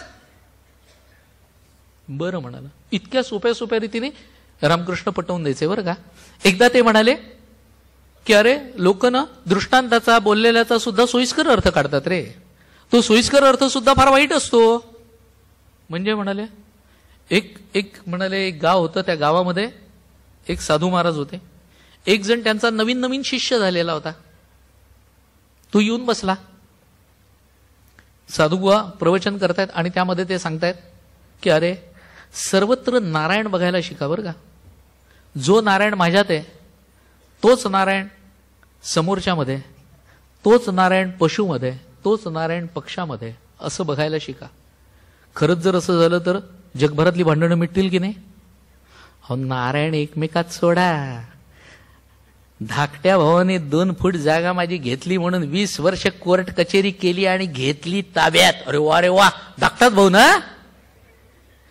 देशाचा शीर्ष भाग आहे, त्या राज्याचा अर्ध्याहून अधिक भाग पाकिस्तान आणि चीननी वाटून घेतलेला आहे. त्याच्याबद्दल आम्हाला काही वाटत नाही. आमची अवस्था आहे आणि घरातल्या घरात आम्ही वाटतोय. पण आज आमचं काश्मीर, जम्मू काश्मीर हे राज्य अर्ध्याहून अधिक भाग शाळेत तरी शिकवलं जातं. जम्मू आणि काश्मीरचा पाक व्याप्त प्रदेश कुठचा आणि चीन व्याप्त कुठचा. शाळेतून आमची मुलं मोठी होतात तोपर्यंत त्यांना कळत नाही आमचं शत्रू राष्ट्र कोणते. म्हणून हीच पोरं मूर्खासारखी बोलतात. कारण मूर्ख बुद्धिमंत आमचे बोलतात की कलेमध्ये राजकारण आणू नये, खेळामध्ये राजकारण आणू नये. पाकिस्तानची टीम इथे येऊन खेळायला काय हरकत आहे. आणि आमचं सगळ्यांचं हृदय केवढं मोठं.